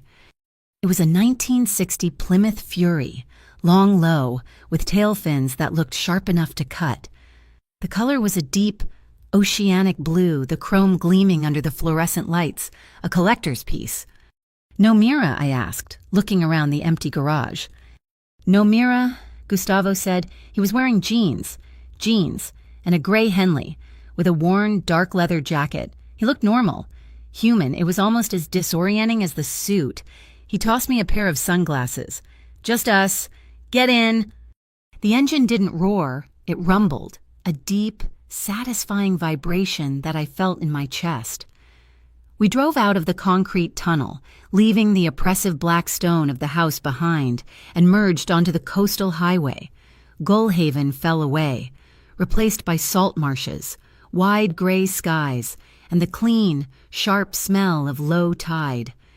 We drove for nearly 2 hours, the windows down. The wind was cold, whipping my hair into knots, but it felt good. It felt like it was scouring the elevator, the warehouse, the sanctuary, right out of my lungs. We didn't talk. We just listened to the thrum of the big engine and the rush of the sea. He drove us to Brimstone Cove. It was exactly the kind of town I'd forgotten existed. A handful of clapboard houses painted faded blues and yellows, a single main street, a tackle shop, and a forest of fishing boat masts in the tiny harbor. Nobody knew us here. We weren't the boss and the maid. We were just two people in an old car. "I'm hungry," I said. It was the first time I'd said it without shame. He parked in front of a place called Salt and Smoke. The sign was a faded painting of a codfish smoking a pipe. The inside smelled incredible, like hickory wood smoke, hot fried batter, and old, slightly burned coffee. A jukebox in the corner was playing a crackly, soulful song by a band I didn't recognize. We slid into a red vinyl booth that was cracked like my old phone screen. A waitress with a tired, kind face dropped 2 menus. "Specials are the fish cakes," she said, not looking up. "They're fresh." We ordered fish cakes, French fries, coleslaw, 2 root beers, and a small bowl of saltwater toffee from the glass jar on the counter, just because it was there. When the food came, it was hot, real, and served on thick, heavy plates. I ate slowly, in the sanctuary. You ate fast, head down, before someone could decide you didn't deserve it. It was a hard habit to break. Gustavo took a bite, then another. I watched him. He was eating like he was on a timer, efficient. He finished 3 fries before I'd finished my first one, and he looked at my plate, still mostly full. He looked at his half empty. He looked at me. Really looked at me, chewing. He deliberately put his fork down. He waited for me to take another bite. He watched me chew, then, only then, he picked up his fork and took his next bite, at my pace. It was the most intimate thing he'd ever done, more than the kiss in the elevator. "Rurik Dane," I said, my voice low, just above the jukebox. "The sanctuary. How are they connected?" He leaned back, the vinyl squeaking. Money! The sanctuary needed protection, and a way to launder its donations. Dane needed a clean organization to move sensitive things. Cults are good for that. No one questions their shipping manifests. So they're partners. They are. I pushed a piece of fried fish around my plate. The jukebox clicked, and a new, sadder song started. Her name was Nova. I said. Gustavo stopped eating. His fork hovered over his plate. He just listened. She was my roommate at the sanctuary. She was bright. She always said the sky wasn't real there, that it was just a blue curtain they hadn't pulled back yet. The memory was sharp, tasting like mud and adrenaline. She was the one who found the way out. Oh, it was a truck, delivering cotton or something for the workshops. We were supposed to be cleaning the loading bay. It was maybe 3 a.m, raining, just like the other night. We climbed in the back, I whispered, staring at the salt shaker. We burrowed down in the bales. It was dark. We were terrified, but we were out. And then, my voice broke. I hated it. The truck stopped. Not even 5 minutes later, one of the guardians, he must have seen us. He pulled back the tarp. He had a flashlight. He grabbed her ankle. I could still hear her scream. He started pulling her out. She was fighting. She kicked me, hard, on purpose. "Jump, Bar," she screamed. "Jump, Aria, run." So I did. I scrambled out the other side. Into the mud. I ran. I never looked back. I heard the truck drive away. With her. I looked up at Gustavo. His face was unreadable, carved from stone. They caught her, and I survived because I jumped into a truck full of cotton. I survived because she told me to. He didn't offer pity. He didn't say I'm sorry. He offered action. This Nova, she's the leverage. I don't know, this was 5 years ago. Gustavo, she could be... No, he said, his voice firm. They're using her name. Rurik Dane's text. Give solace back to her past. Nova is your past. They're trying to bait you with her. He paid the bill in cash, leaving a tip so large the waitress stared at him. We didn't get back in the car. We walked. We walked past the tackle shop, past the pier, and onto the beach. It was deserted, just a long, curving strip of gray sand and wind-blasted dunes. The tide was out, the ocean a flat, metallic sheet under the gray sky. The wind was cold, sharp. I pulled his old coat, the one he'd given me in the kitchen, which I'd grabbed on the way out, tighter. My breathing was still too shallow. The memory of Nova's scream stuck in my throat. Gustavo stopped at the water's edge. The waves were small, lapping quietly at the sand. Foam, retreat, foam, retreat. "You're panicking," he said, not looking at me. "I'm fine." "You're breathing from your chest. You're holding your shoulders too high. You're still in that truck." He turned to face the ocean. "Watch the water. Breathe with that. In, when the wave comes up the sand." He breathed in, slow and deep. Out, when it pulls back. He exhaled. I watched him. His shoulders rose and fell. I tried it. In 2-3 as the foam hissed. Out 2-3 as it receded. We stood there for 5 minutes. Just breathing. The knot in my chest, the one that had been there for 5 years, slowly began to unwind. "Better?" he asked. "Better."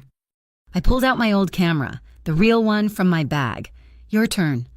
He looked at me, confused.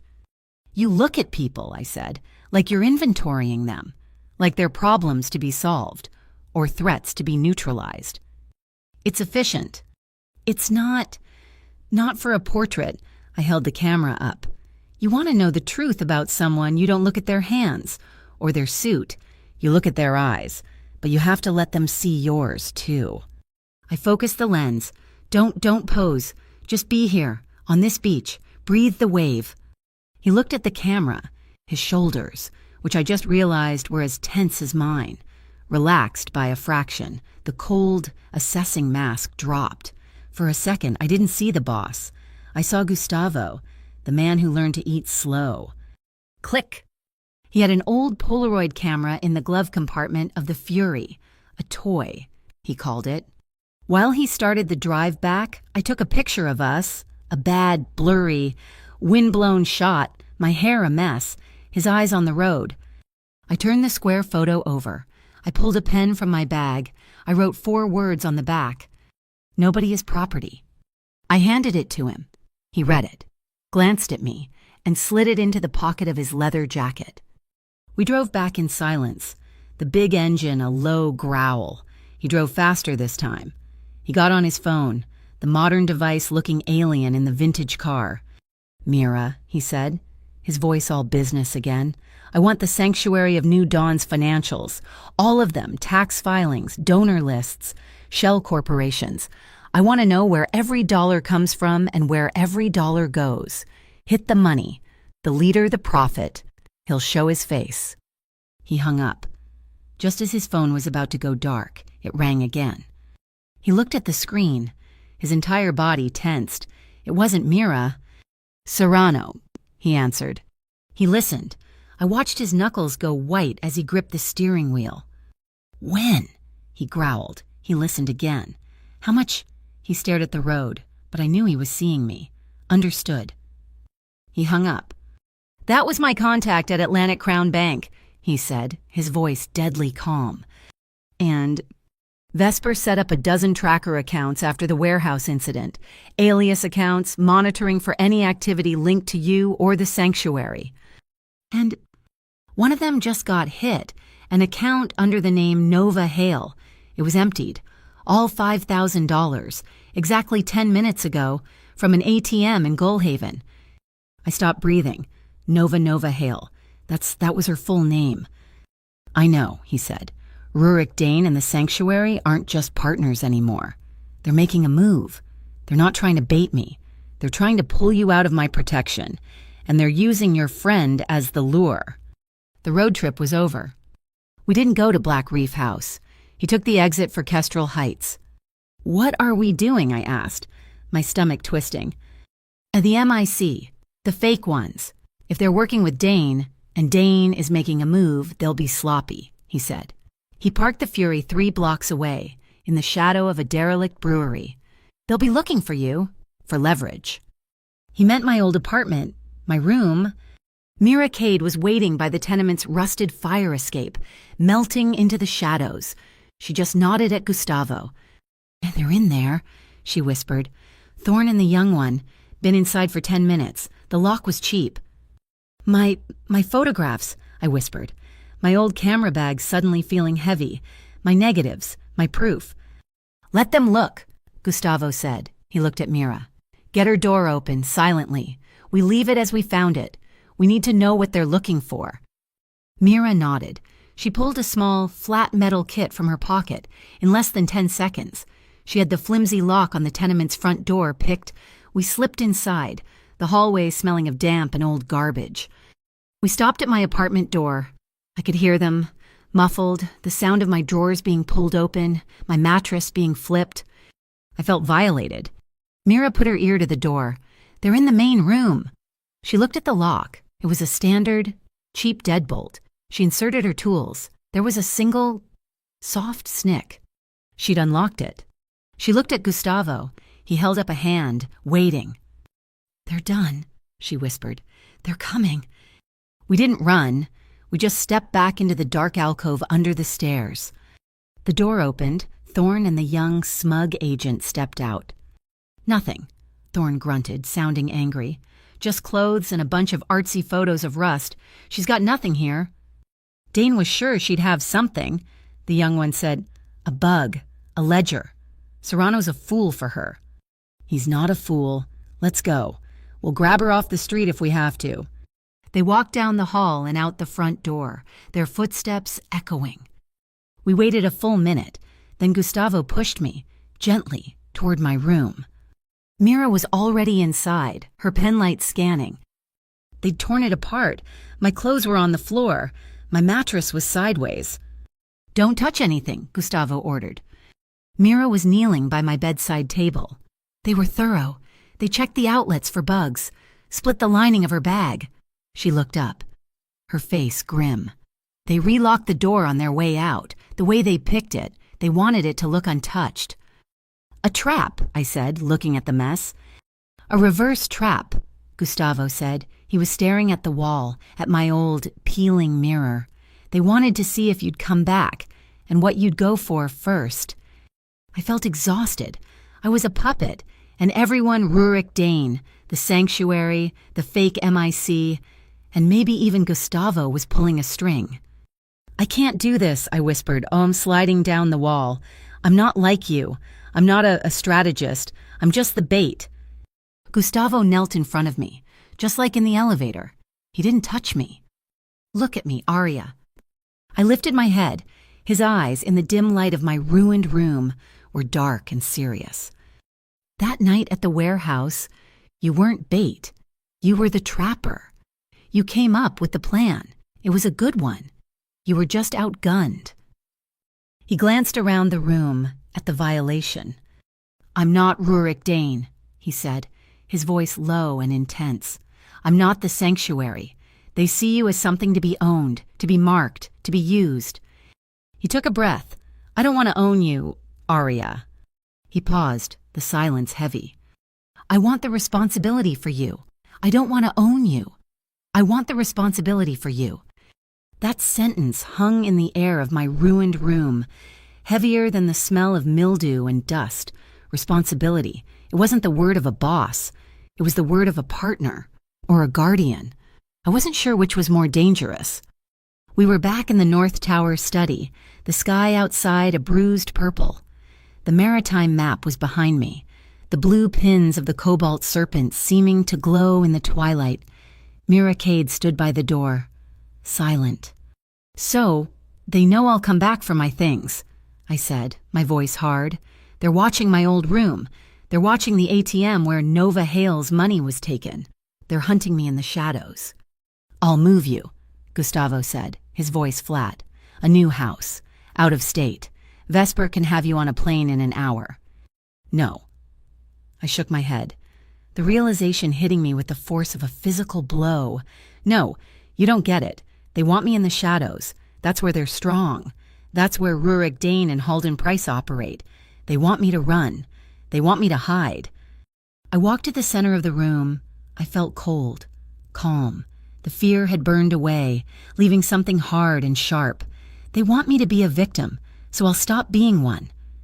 Gustavo watched me, his expression unreadable. The fake MIC, I said, Thorn. He wanted me to be a witness. He wanted me to sell you out. Let's give him exactly what he wants. Arya, that trap failed, Gustavo said, his patience thin. It failed because it was their trap. Now we set ours. I looked at him. My plan forming, clear and terrible. We'll use your own tactic against them, the spotlight. We'll hold a hearing, a citizen's inquiry into dockside corruption. We'll leak it to City Gaze, to everyone. We'll rent a public space, Civic Hall Westgate. You want to walk into a public room full of reporters, Mira finally spoke, her voice laced with disbelief. Yes, I'll be the star witness, the scared, wronged maid, turning on her powerful, dangerous boss to save herself. I'll be exactly the stereotype they expect. Halden Price will never let that happen, Gustavo said, seeing my logic. Exactly, I countered. He's a prophet, a man of absolute ego.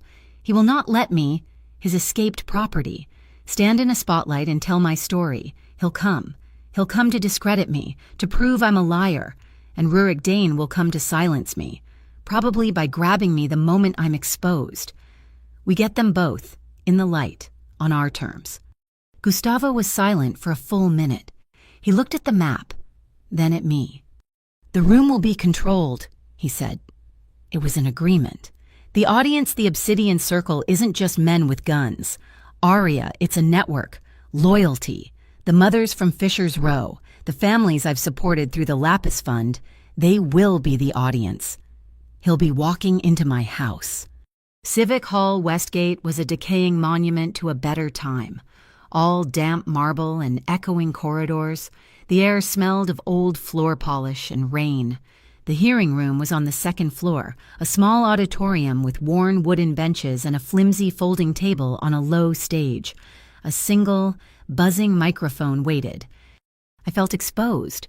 I was wearing a plain gray sweater and jeans, the most non-threatening clothes I owned. I had Gustavo's wool coat clutched around me, my shield. Mira, dressed in a cheap suit, looked like a nervous public defender. She sat next to me. But the audience, it was exactly as Gustavo had promised. It wasn't suits. It was women with tired eyes, holding shopping bags. It was old men in worn-out dockworkers' jackets. The people from Fisher's Row. They filled the benches, a silent, watchful sea. They weren't here for the show. They were a human wall. Investigator Thorne, the fake MIC man, was at a lectern, looking important and official. He nodded to the City Gaze reporters in the front row. "We call our first witness," he said, his voice booming artificially.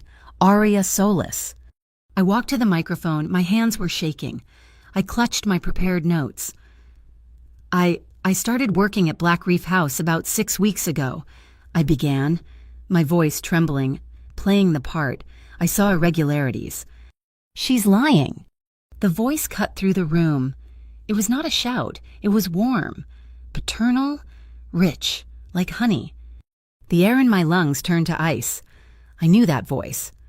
Halden Price stood at the back of the room. It was exactly as I remembered. Silver hair, a face that was handsome and kind, and eyes as dead and cold as a frozen lake. He wore a beautiful, expensive suit, the Prophet. My scars didn't just itch, they burned. "This poor girl is deeply troubled," Price said, walking down the aisle. His entourage, all clean-cut young men, followed. "She's not a witness. She's a fugitive from our care." Thorne, playing his part, looked shocked. "Sir, who are you?" "I am Halden Price, director of the Sanctuary of New Dawn. And this young woman, she is a thief." "That's a lie." I gripped the microphone, my knuckles white. "Is it?" Price smiled. That kind, awful smile. "Or is this—" He signaled. A projector on a cart flickered to life, throwing an image onto a pull-down screen. It was me, blurry, black and white.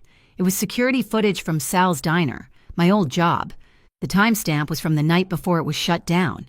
The footage showed me, my back to the camera, opening the small office safe. I stuffed something cash into my apron. The crowd murmured. The City Gaze reporters were snapping photos, their faces lit with predatory glee. "As you can see," Price said, his voice dripping with false sympathy.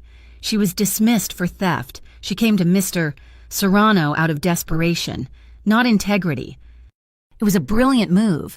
He'd painted me as an unstable, criminal source. My testimony was dead." But a new voice crackled over the PA system, a calm, technical voice I didn't recognize. "The audio, Mr. Price." Price faltered. "What?" "Run the audio signature on the video." The tech's voice said, "Gustavo's man." He was patched in from a van outside. A sound wave graph appeared on the screen, overlaying the video of me. When the ambient noise floor the hum of the cooler, the street noise, it's a perfect loop. The tech explained, "It repeats every 34.5 seconds. You can see the splice point right there." A red line appeared. "That's not surveillance footage. That's a fabrication, a sloppy one." Price's smile vanished. Thorne looked at Price, his face pale. The reporters stopped snapping and started scribbling, their heads down. The narrative had just shattered. Price looked at Thorne. Thorne looked at the main exit. It was Rurik Dane's move. And then the world ended. Clunk! The lights died, the projector died, the PA system died. Absolute darkness. The red, glowing exit signs at the back were the only light. Someone in the crowd screamed, "Fire!" It was one of Price's men. The trap sprung. It wasn't an assassination. It was a stampede, a riot. They wanted chaos, a way for Price to escape and for Dane's men to grab me in the panic. The reporters and Price's men surged toward the exits. I was shoved backward, knocked off the low stage. I hit the marble floor, hard, boots. People were screaming, scrambling over the benches. I was going to be trampled. A hand grabbed my arm, not pulling, lifting. Gustavo. He had been in the front row, disguised in a baseball cap, sitting with the mothers from Fisher's Row. In one explosive movement, he lifted me from the floor as if I weighed nothing and placed me on top of the heavy, solid oak table. "Stay up," he commanded. Mira Cade was suddenly beside him. She had a heavy, black flashlight, using it to clear a space.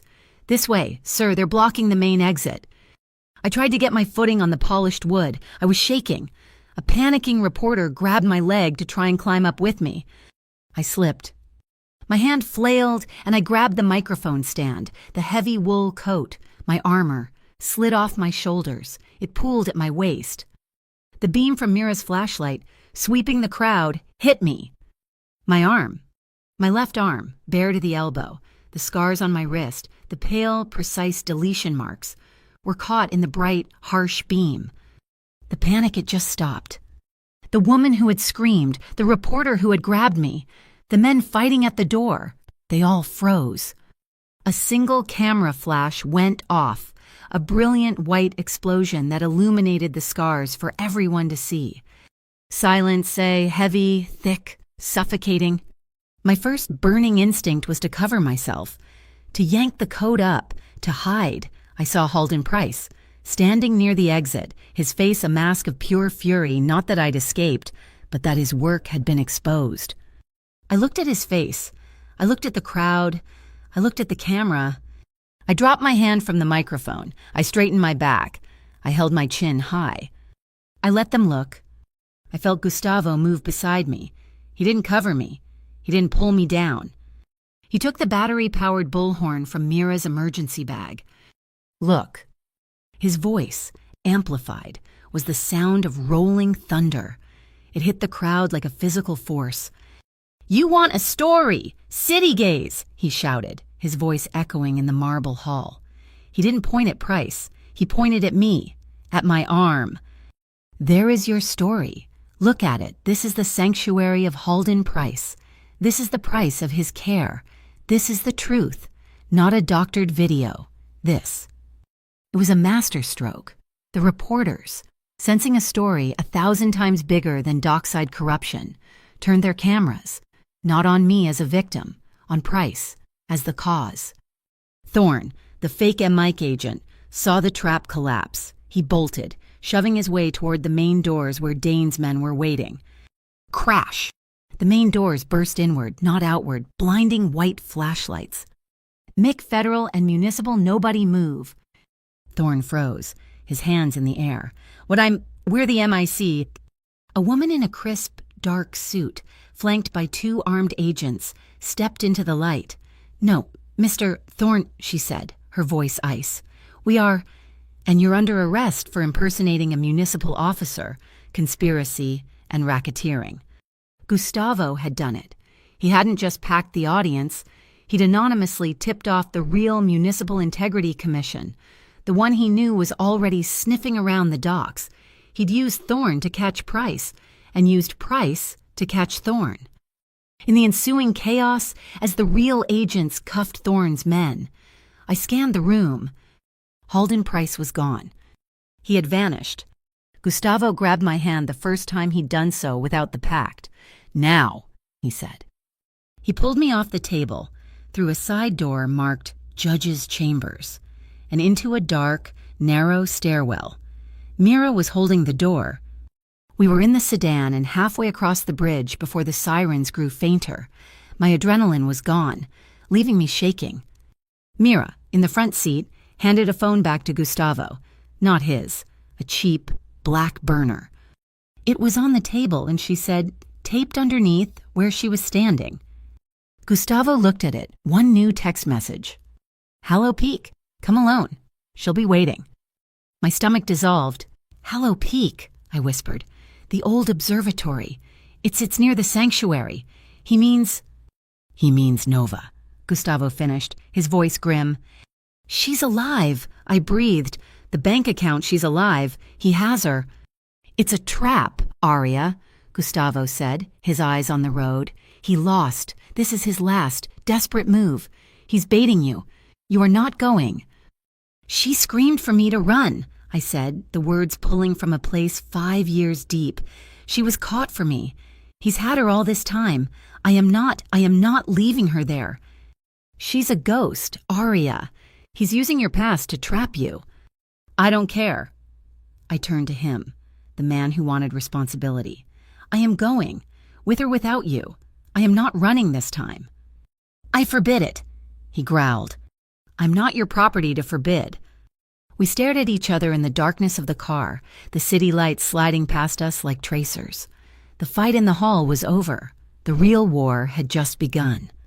The drive back to Black Reef House was a silent, vibrating war.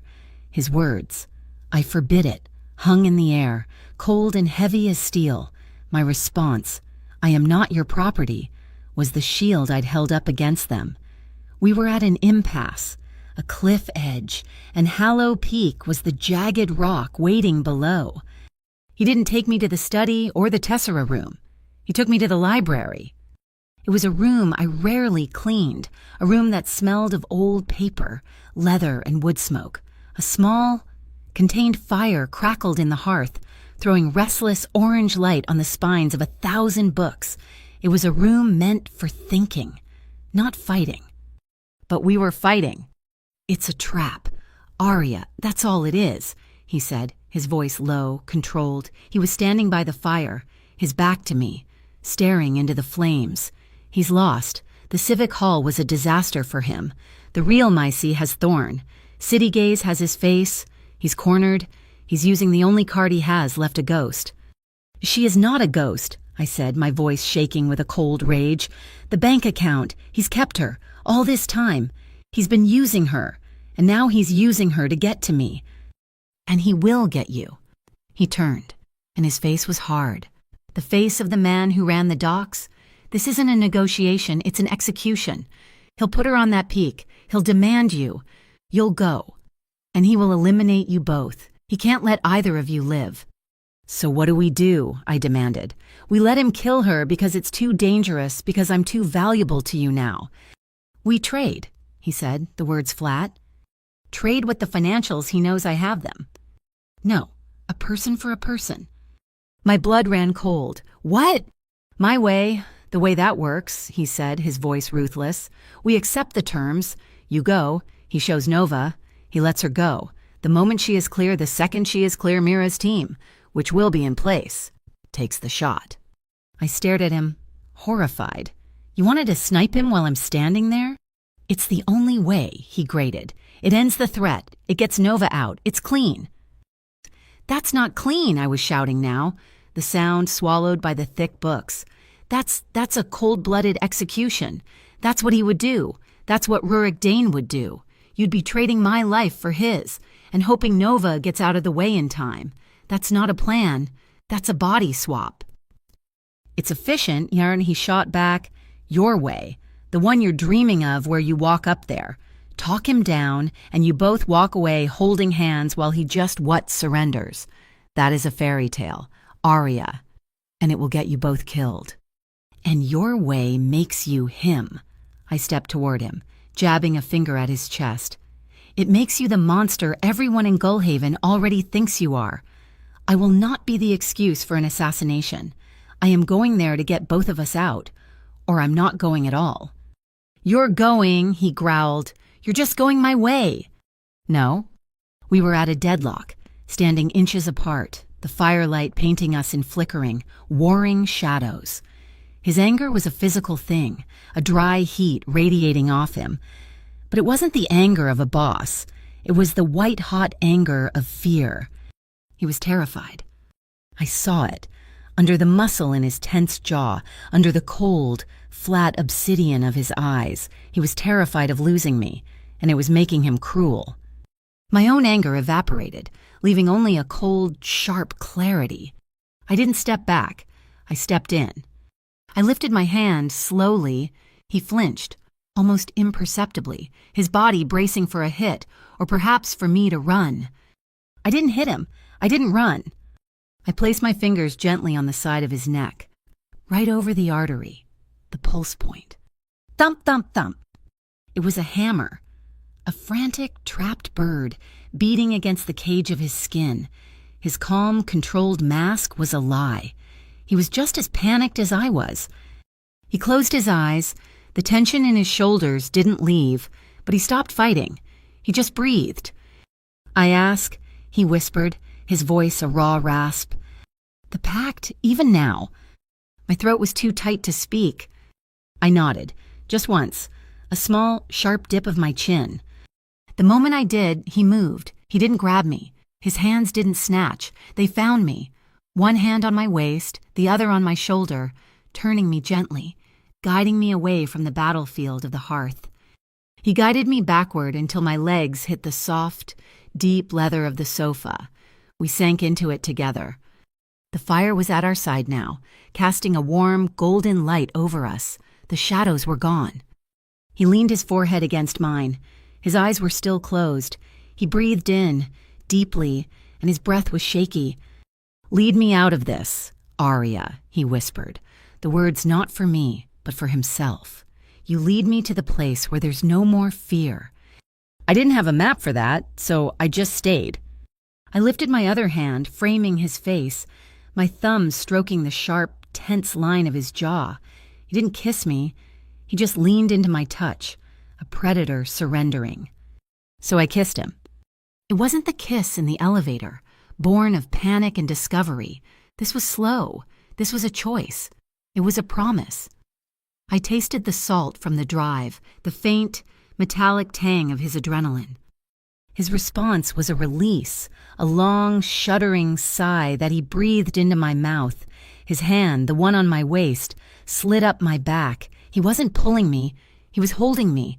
His fingers spread wide, flat against my spine, as if to say, I am here. I am solid. I will not let you fall. His other hand moved from my shoulder, his fingers threading into my hair, cupping the back of my head, supporting my neck. He was holding me like I was made of glass, but with a strength that said he would never let me break. I felt the tension that had lived in my shoulders for 5 years, the automatic defensive hunch he'd noticed in the kitchen finally let go. My spine relaxed. I leaned into his support, my entire body softening against his. This wasn't about passion. It wasn't about desire. It was about trust. It was about two solitary, scarred people finding a place to rest, even for a minute, before the storm hit. His hands didn't move. They didn't explore. They just held. My hands didn't pull him closer. They just anchored. We stayed like that for a long time, the silence of the library wrapping around us, the only sound the soft hiss of the embers. When we finally pulled apart, we didn't go far. I rested my head on his shoulder, his arm still draped around my back. We just stared into the dying fire. He thinks I'm weak, I whispered to the embers. Price, he thinks I'm the same, terrified, marked up girl who ran from him. He thinks he's luring me. I know you're not. Gustavo's voice was a low rumble in his chest. No, you don't. Not entirely.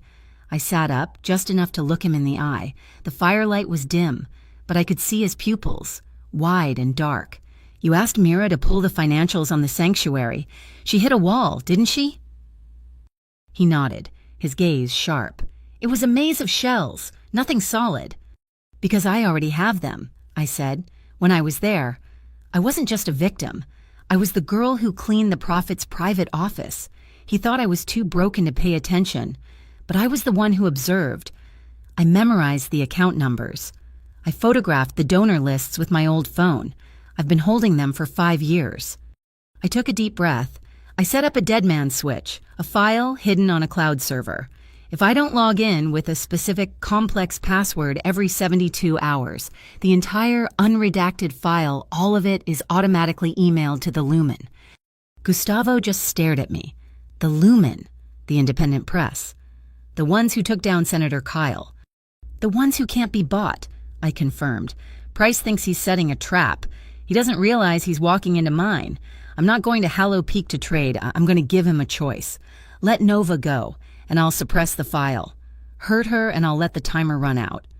Gustavo didn't speak. He just watched me, the man who calculated every risk, every angle, absorbing this new, massive variable. And then he did something I had never seen. He laughed. It wasn't a smile. It was a real, low, breathless sound that seemed to be pulled from his chest. It was rusty, and it was beautiful. A dead man's switch, he said, shaking his head. He looked at me, and his eyes weren't cold, or calculating, or even warm.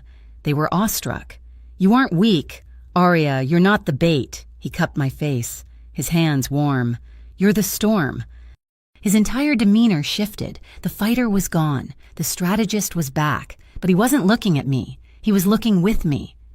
All right, Storm, he said. New plan. My way was too blunt. Yours is too dangerous. So we do both. We go together, I said.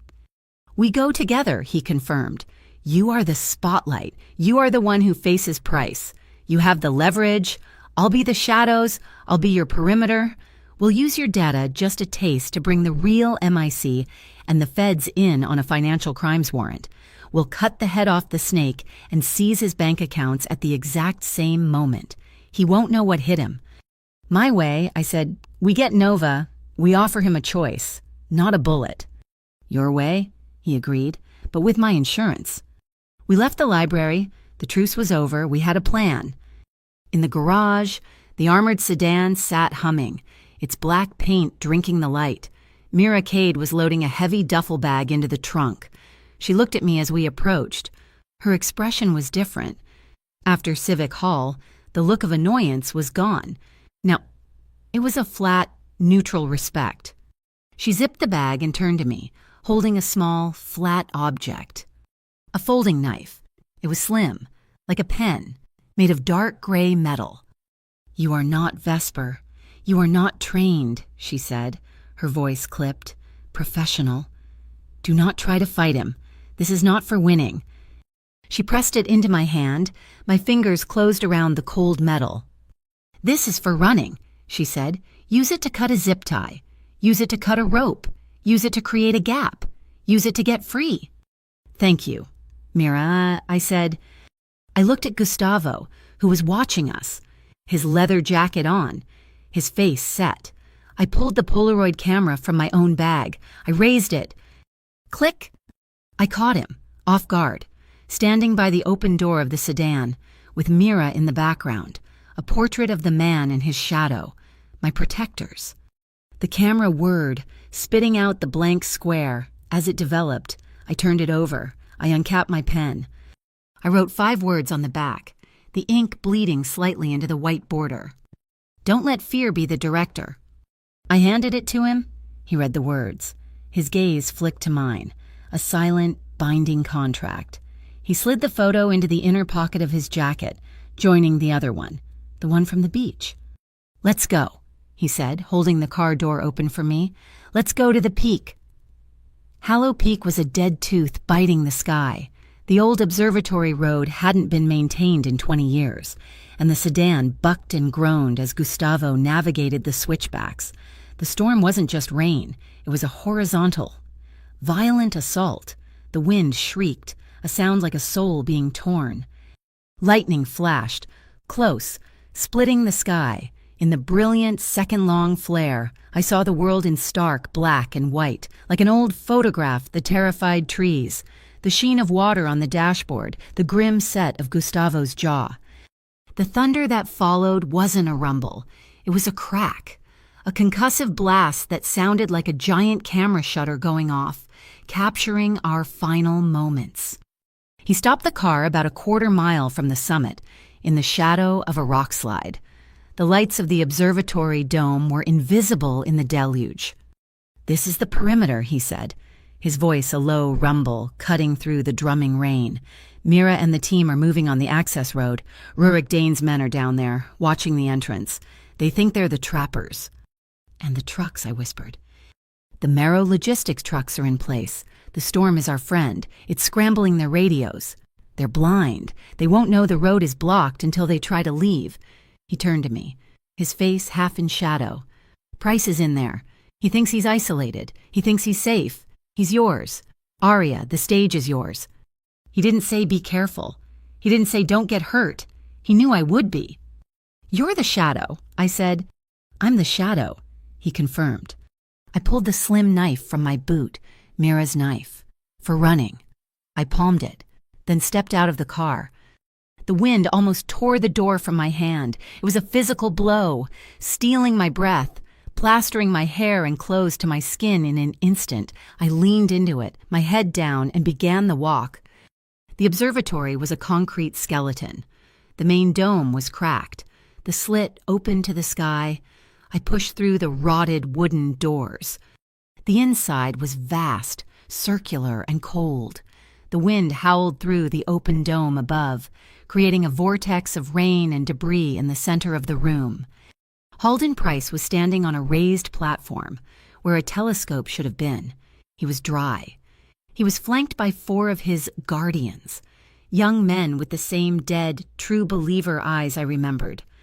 And he had Nova. She was on her knees, her hands bound behind her, but she was alive. She was thinner, pale, her hair shorn.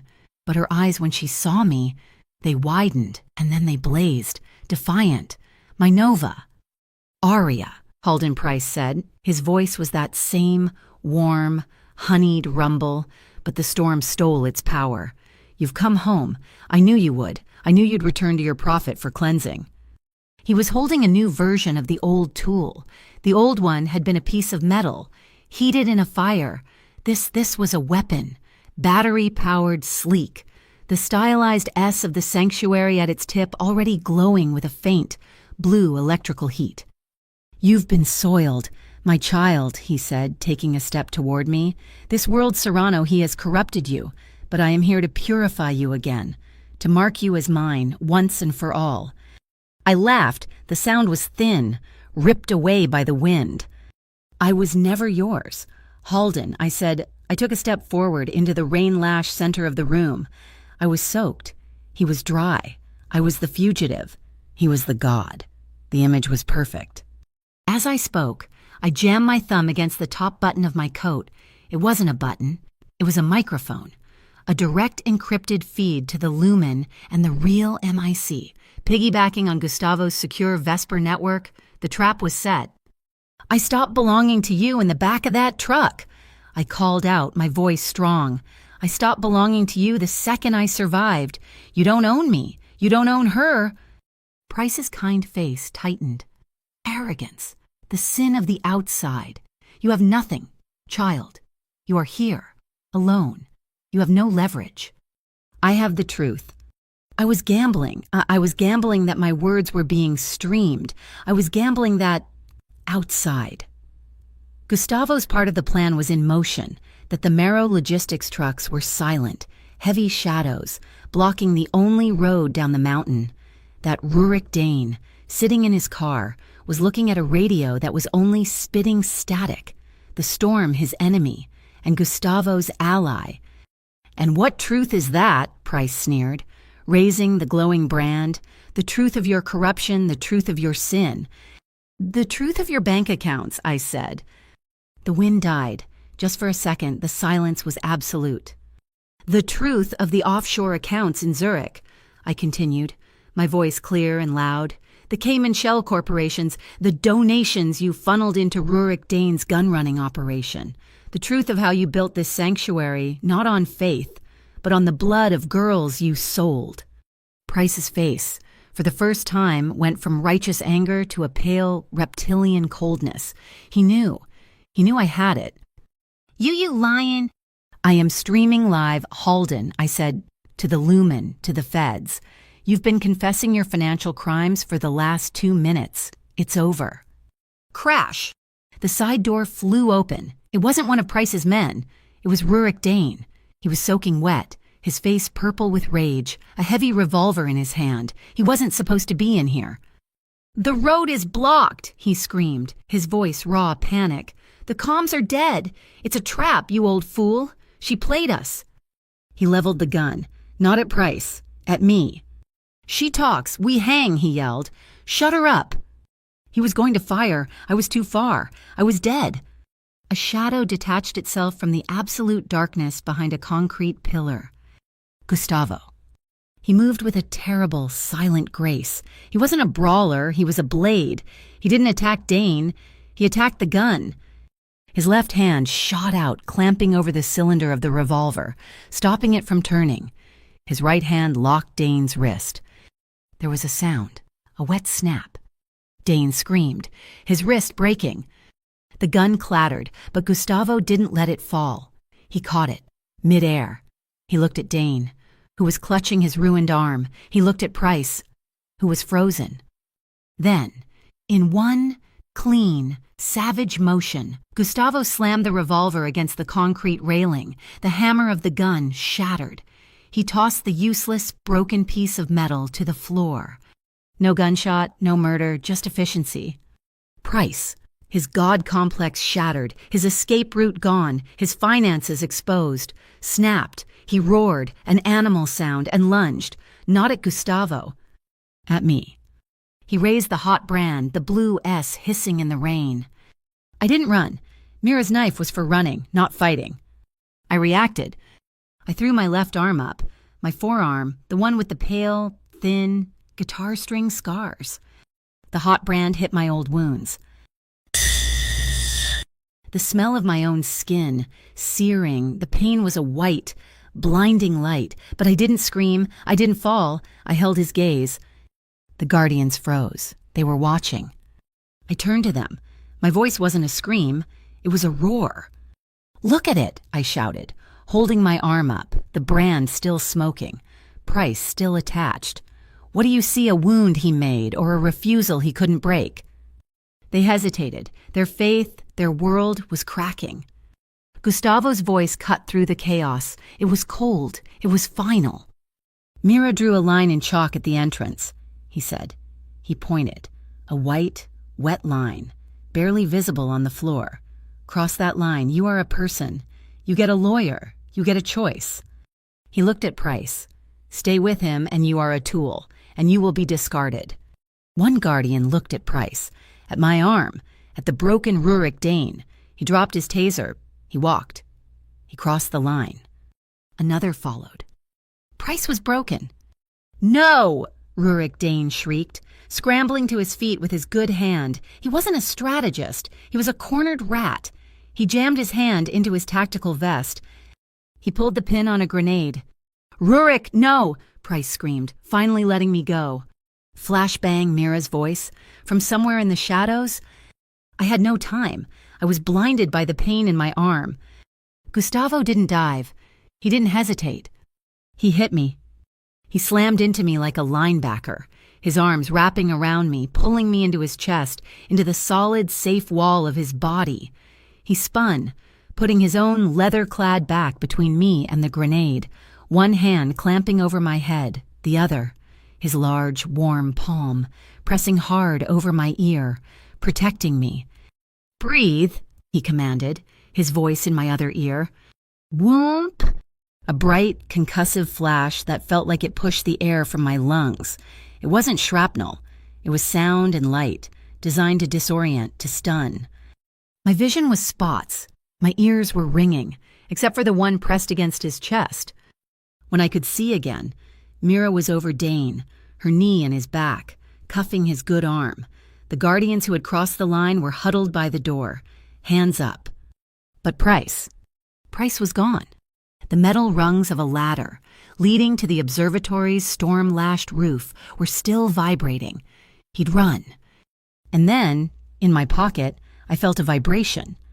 I pulled out the burner phone Mira had given me, the one linked to the dead man's switch. The screen glowed. File Sanctuary Fund, zip status pending. Timer 0959. Price hadn't run alone. I looked at the platform. Nova was gone, too. 0958, 0957. He was on the roof with my friend, and I had less than 10 minutes to save her before my own trap destroyed us all. I scrambled up the metal rungs. The timer on the burner phone, a glowing red countdown in my pocket. 8 minutes. 45 seconds. Gustavo was right behind me, his feet hitting the rungs with a steady, heavy rhythm. He wasn't rushing, he was methodical. The roof was hell. The storm was a solid, horizontal wall of water.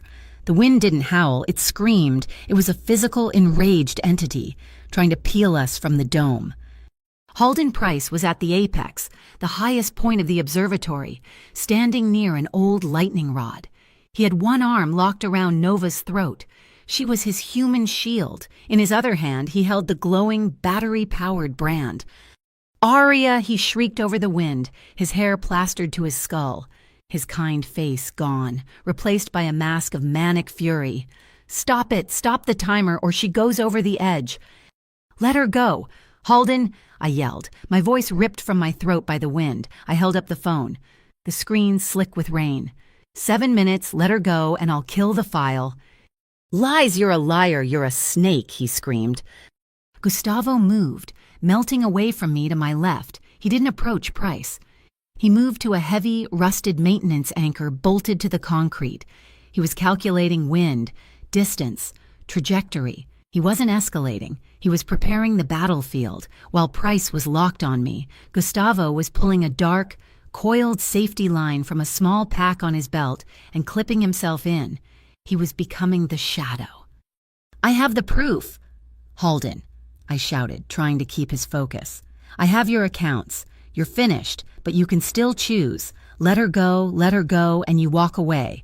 That's the deal." "Deal." He laughed, a high, thin sound that was swallowed by the thunder. "I am a prophet. I don't make deals, I make decrees." He pressed the hot brand to Nova's neck. She screamed, a sound that cut through the storm. That was it. My blood went cold. I still had Mira's knife in my hand, for running, for creating a gap. I didn't think. I didn't plan. I reacted. I looked past Price, into the black, rain-filled sky. "Gustavo, now." It was a feint, but Price turned, his eyes darting toward the shadow he thought was attacking. It was the gap. I didn't throw the knife at him. I threw it at the metal antenna array 10 feet to his left. Clang! The sound of metal on metal. Price flinched, turning toward the noise. In that single, half-second of distraction, Nova, my Nova, who had survived 5 years of this monster, acted. She didn't just kick, she stomped, her foot coming down hard on his instep, and simultaneously, she threw her entire body weight backward against his grip. Price lost his balance.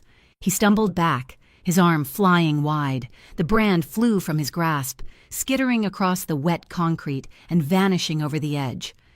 He roared, grabbing for Nova, trying to take her with him. They were at the edge of the dome, a 60-foot drop to the rocks below. But Gustavo was already moving. He wasn't running. He was flying. Attached to the safety line, he moved like a pendulum, crossing the roof in 2 long, powerful strides. He didn't hit Price. He didn't save Nova. He intercepted. He grabbed Halden Price by the front of his suit, his arm locking around the prophet's chest. Price, his momentum gone, was left dangling, suspended over the abyss, held only by Gustavo's iron grip. Nova had fallen, scrambling back, safe. I stared. The man who wanted to kill Price with a sniper's bullet. The man who had preached cold-blooded efficiency had just saved him from falling. Price, hanging in the void, his eyes wide with terror, looked up at the man holding him. What are you doing?" he gasped. "Kill me, or save me, choose." Gustavo's face was inches from his, the rain pouring over them. His voice was a low, terrible growl, just for Price, but the wind carried it to me. "I am choosing," Gustavo said, his muscles straining. "I am choosing to end this, without your blood on my hands, to prove to you and to God that I am not you." And with a roar of effort, he hauled the sputtering, defeated prophet back onto the roof. The stairwell door burst open. It wasn't more of Dane's men. It was the real Mike, the woman in the suit, and behind her, the agents from the Lumen, their cameras rolling, the lights blinding. "It's live," the reporter shouted over the wind. "The Lumen just received the file. It's broadcasting. It's all over the wire. The sanctuary, it's over. They're making arrests at the compound right now." My timer, it didn't matter. The microphone in my button, my live confession, Halden's own words, it was enough. The dead man's switch was just the punctuation. From the stairwell, a final, desperate roar. Rurik Dane, his face a mask of blood, his broken wrist dangling, was staggering up. He had a small backup pistol in his good hand. Bang! A gunshot. But it wasn't from Dane. Mira Cade was at the bottom of the stairs, her pistol smoking. Dane didn't fall. The bullet hit the metal antenna array above his head, the resulting shrapnel and spark, a shower of metal, made him drop his gun and scream. Clutching his face, the MIC agents swarmed him, cuffing him, a clean, efficient, bloodless takedown. I didn't watch, I ran. I ran to Nova. She was huddled against the concrete, shaking, her hands still bound. I pulled out Mira's knife, for running. I sliced through the thick zip tie. Her hands came free. We didn't cry, we didn't scream, we just held on. I gripped her, she gripped me. 2 survivors. 5 years late, trembling, breathing the same, clean, rain-washed air. We were alive. We were free. The thunder was just thunder. Gustavo walked Halden Price over to the MI agent, the prophet's face slack with shock. "He's yours," Gustavo said, his voice flat, all business. "But his real crimes aren't the ones you see. His real crimes are financial. Wire fraud, tax evasion, money laundering through Rurik Dane's shipping network. The files are clean. He's not a madman. He's a criminal. He's your jurisdiction." He was giving them the case on a silver platter, the clean, unassailable financial crimes case that would put Price away for 50 years, no matter how many profit defenses he tried. The Lumen reporter turned his camera, the bright light hitting Gustavo. "Sir Gustavo Serrano, you're the hero." Gustavo didn't look at the camera. He didn't look at the reporter. He looked at me. He gave me a single, short nod. And then, while the MIC agents read Price his rights, while the cameras were focused on the fallen prophet, Gustavo Serrano just faded back. He stepped into the shadows of the stairwell and was gone, leaving the stage to the cops and the press. He didn't want the credit. He didn't want the image. He just wanted the win. The storm passed. In the days that followed, the sanctuary of New Dawn was seized by the federal government. The Lumen story, my live feed, and Gustavo's financial data had brought the entire organization down in less than 72 hours. Rurik Dane and the Cobalt Serpents were broken, their leadership arrested by the real Mick. At Black Reef House, the Lapis Fund, once a shadow, came into the light. Gustavo opened what he called the healing room in a quiet wing of the estate, a real sanctuary, funded by him, staffed by trauma specialists and doctors, to help the men and women who came out of Price's compound, blinking, into the real world. Nova was its first and most stubborn resident. Weeks later, the air was warm, the scent of salt was gentle. I was on the private rooftop terrace of the North Tower, not the stormy, violent peak, but this, my new home. String lights were hung, casting a soft, golden glow. I was hanging the Polaroids. One by one, I clipped them to a line, the blurry, wind-blown selfie from Brimstone Cove, the dark, shaky image of Gustavo's hand, frozen in hesitation, the bright chalk line from Civic Hall, the shot of him and Mira in the garage, ready for war, and a new one I'd taken this morning, the Hallow Peak Dome, silent, empty, under a bright blue sky. I heard him walk up behind me, and he didn't touch me. He just stood there, watching the photos twist in the night breeze. I touched my arm. The fresh burn from Price's brand was healing. It was an angry red line, stark against the pale, delicate web of the old scars, my history, my map. I turned. I placed my scarred hand flat on his chest. Over his heart, it was steady. "Nobody owns anyone, Gustavo," I said, my voice quiet. "I am not your property. I am not your responsibility." He covered my hand with his gaze locked on mine. "I know," he said, "but I choose you." He took a slow breath, his chest rising under my palm. He looked at my arm, at the scars, and then back to my eyes. His voice was rough, calm, still carrying the ghost of the storm. "I don't hide your scars anymore, Arya," he said. "I stand next to them." He leaned in. I met him halfway. The kiss was slow, it was deep, it was warm. It wasn't the desperate search of the elevator or the trusting surrender of the library. This was an arrival. His hands were gentle, one lacing with mine, the other resting on my waist, a simple, solid presence. My shoulders, finally, were relaxed. My spine, finally, was at peace. We just stood there, our foreheads touching, breathing each other in.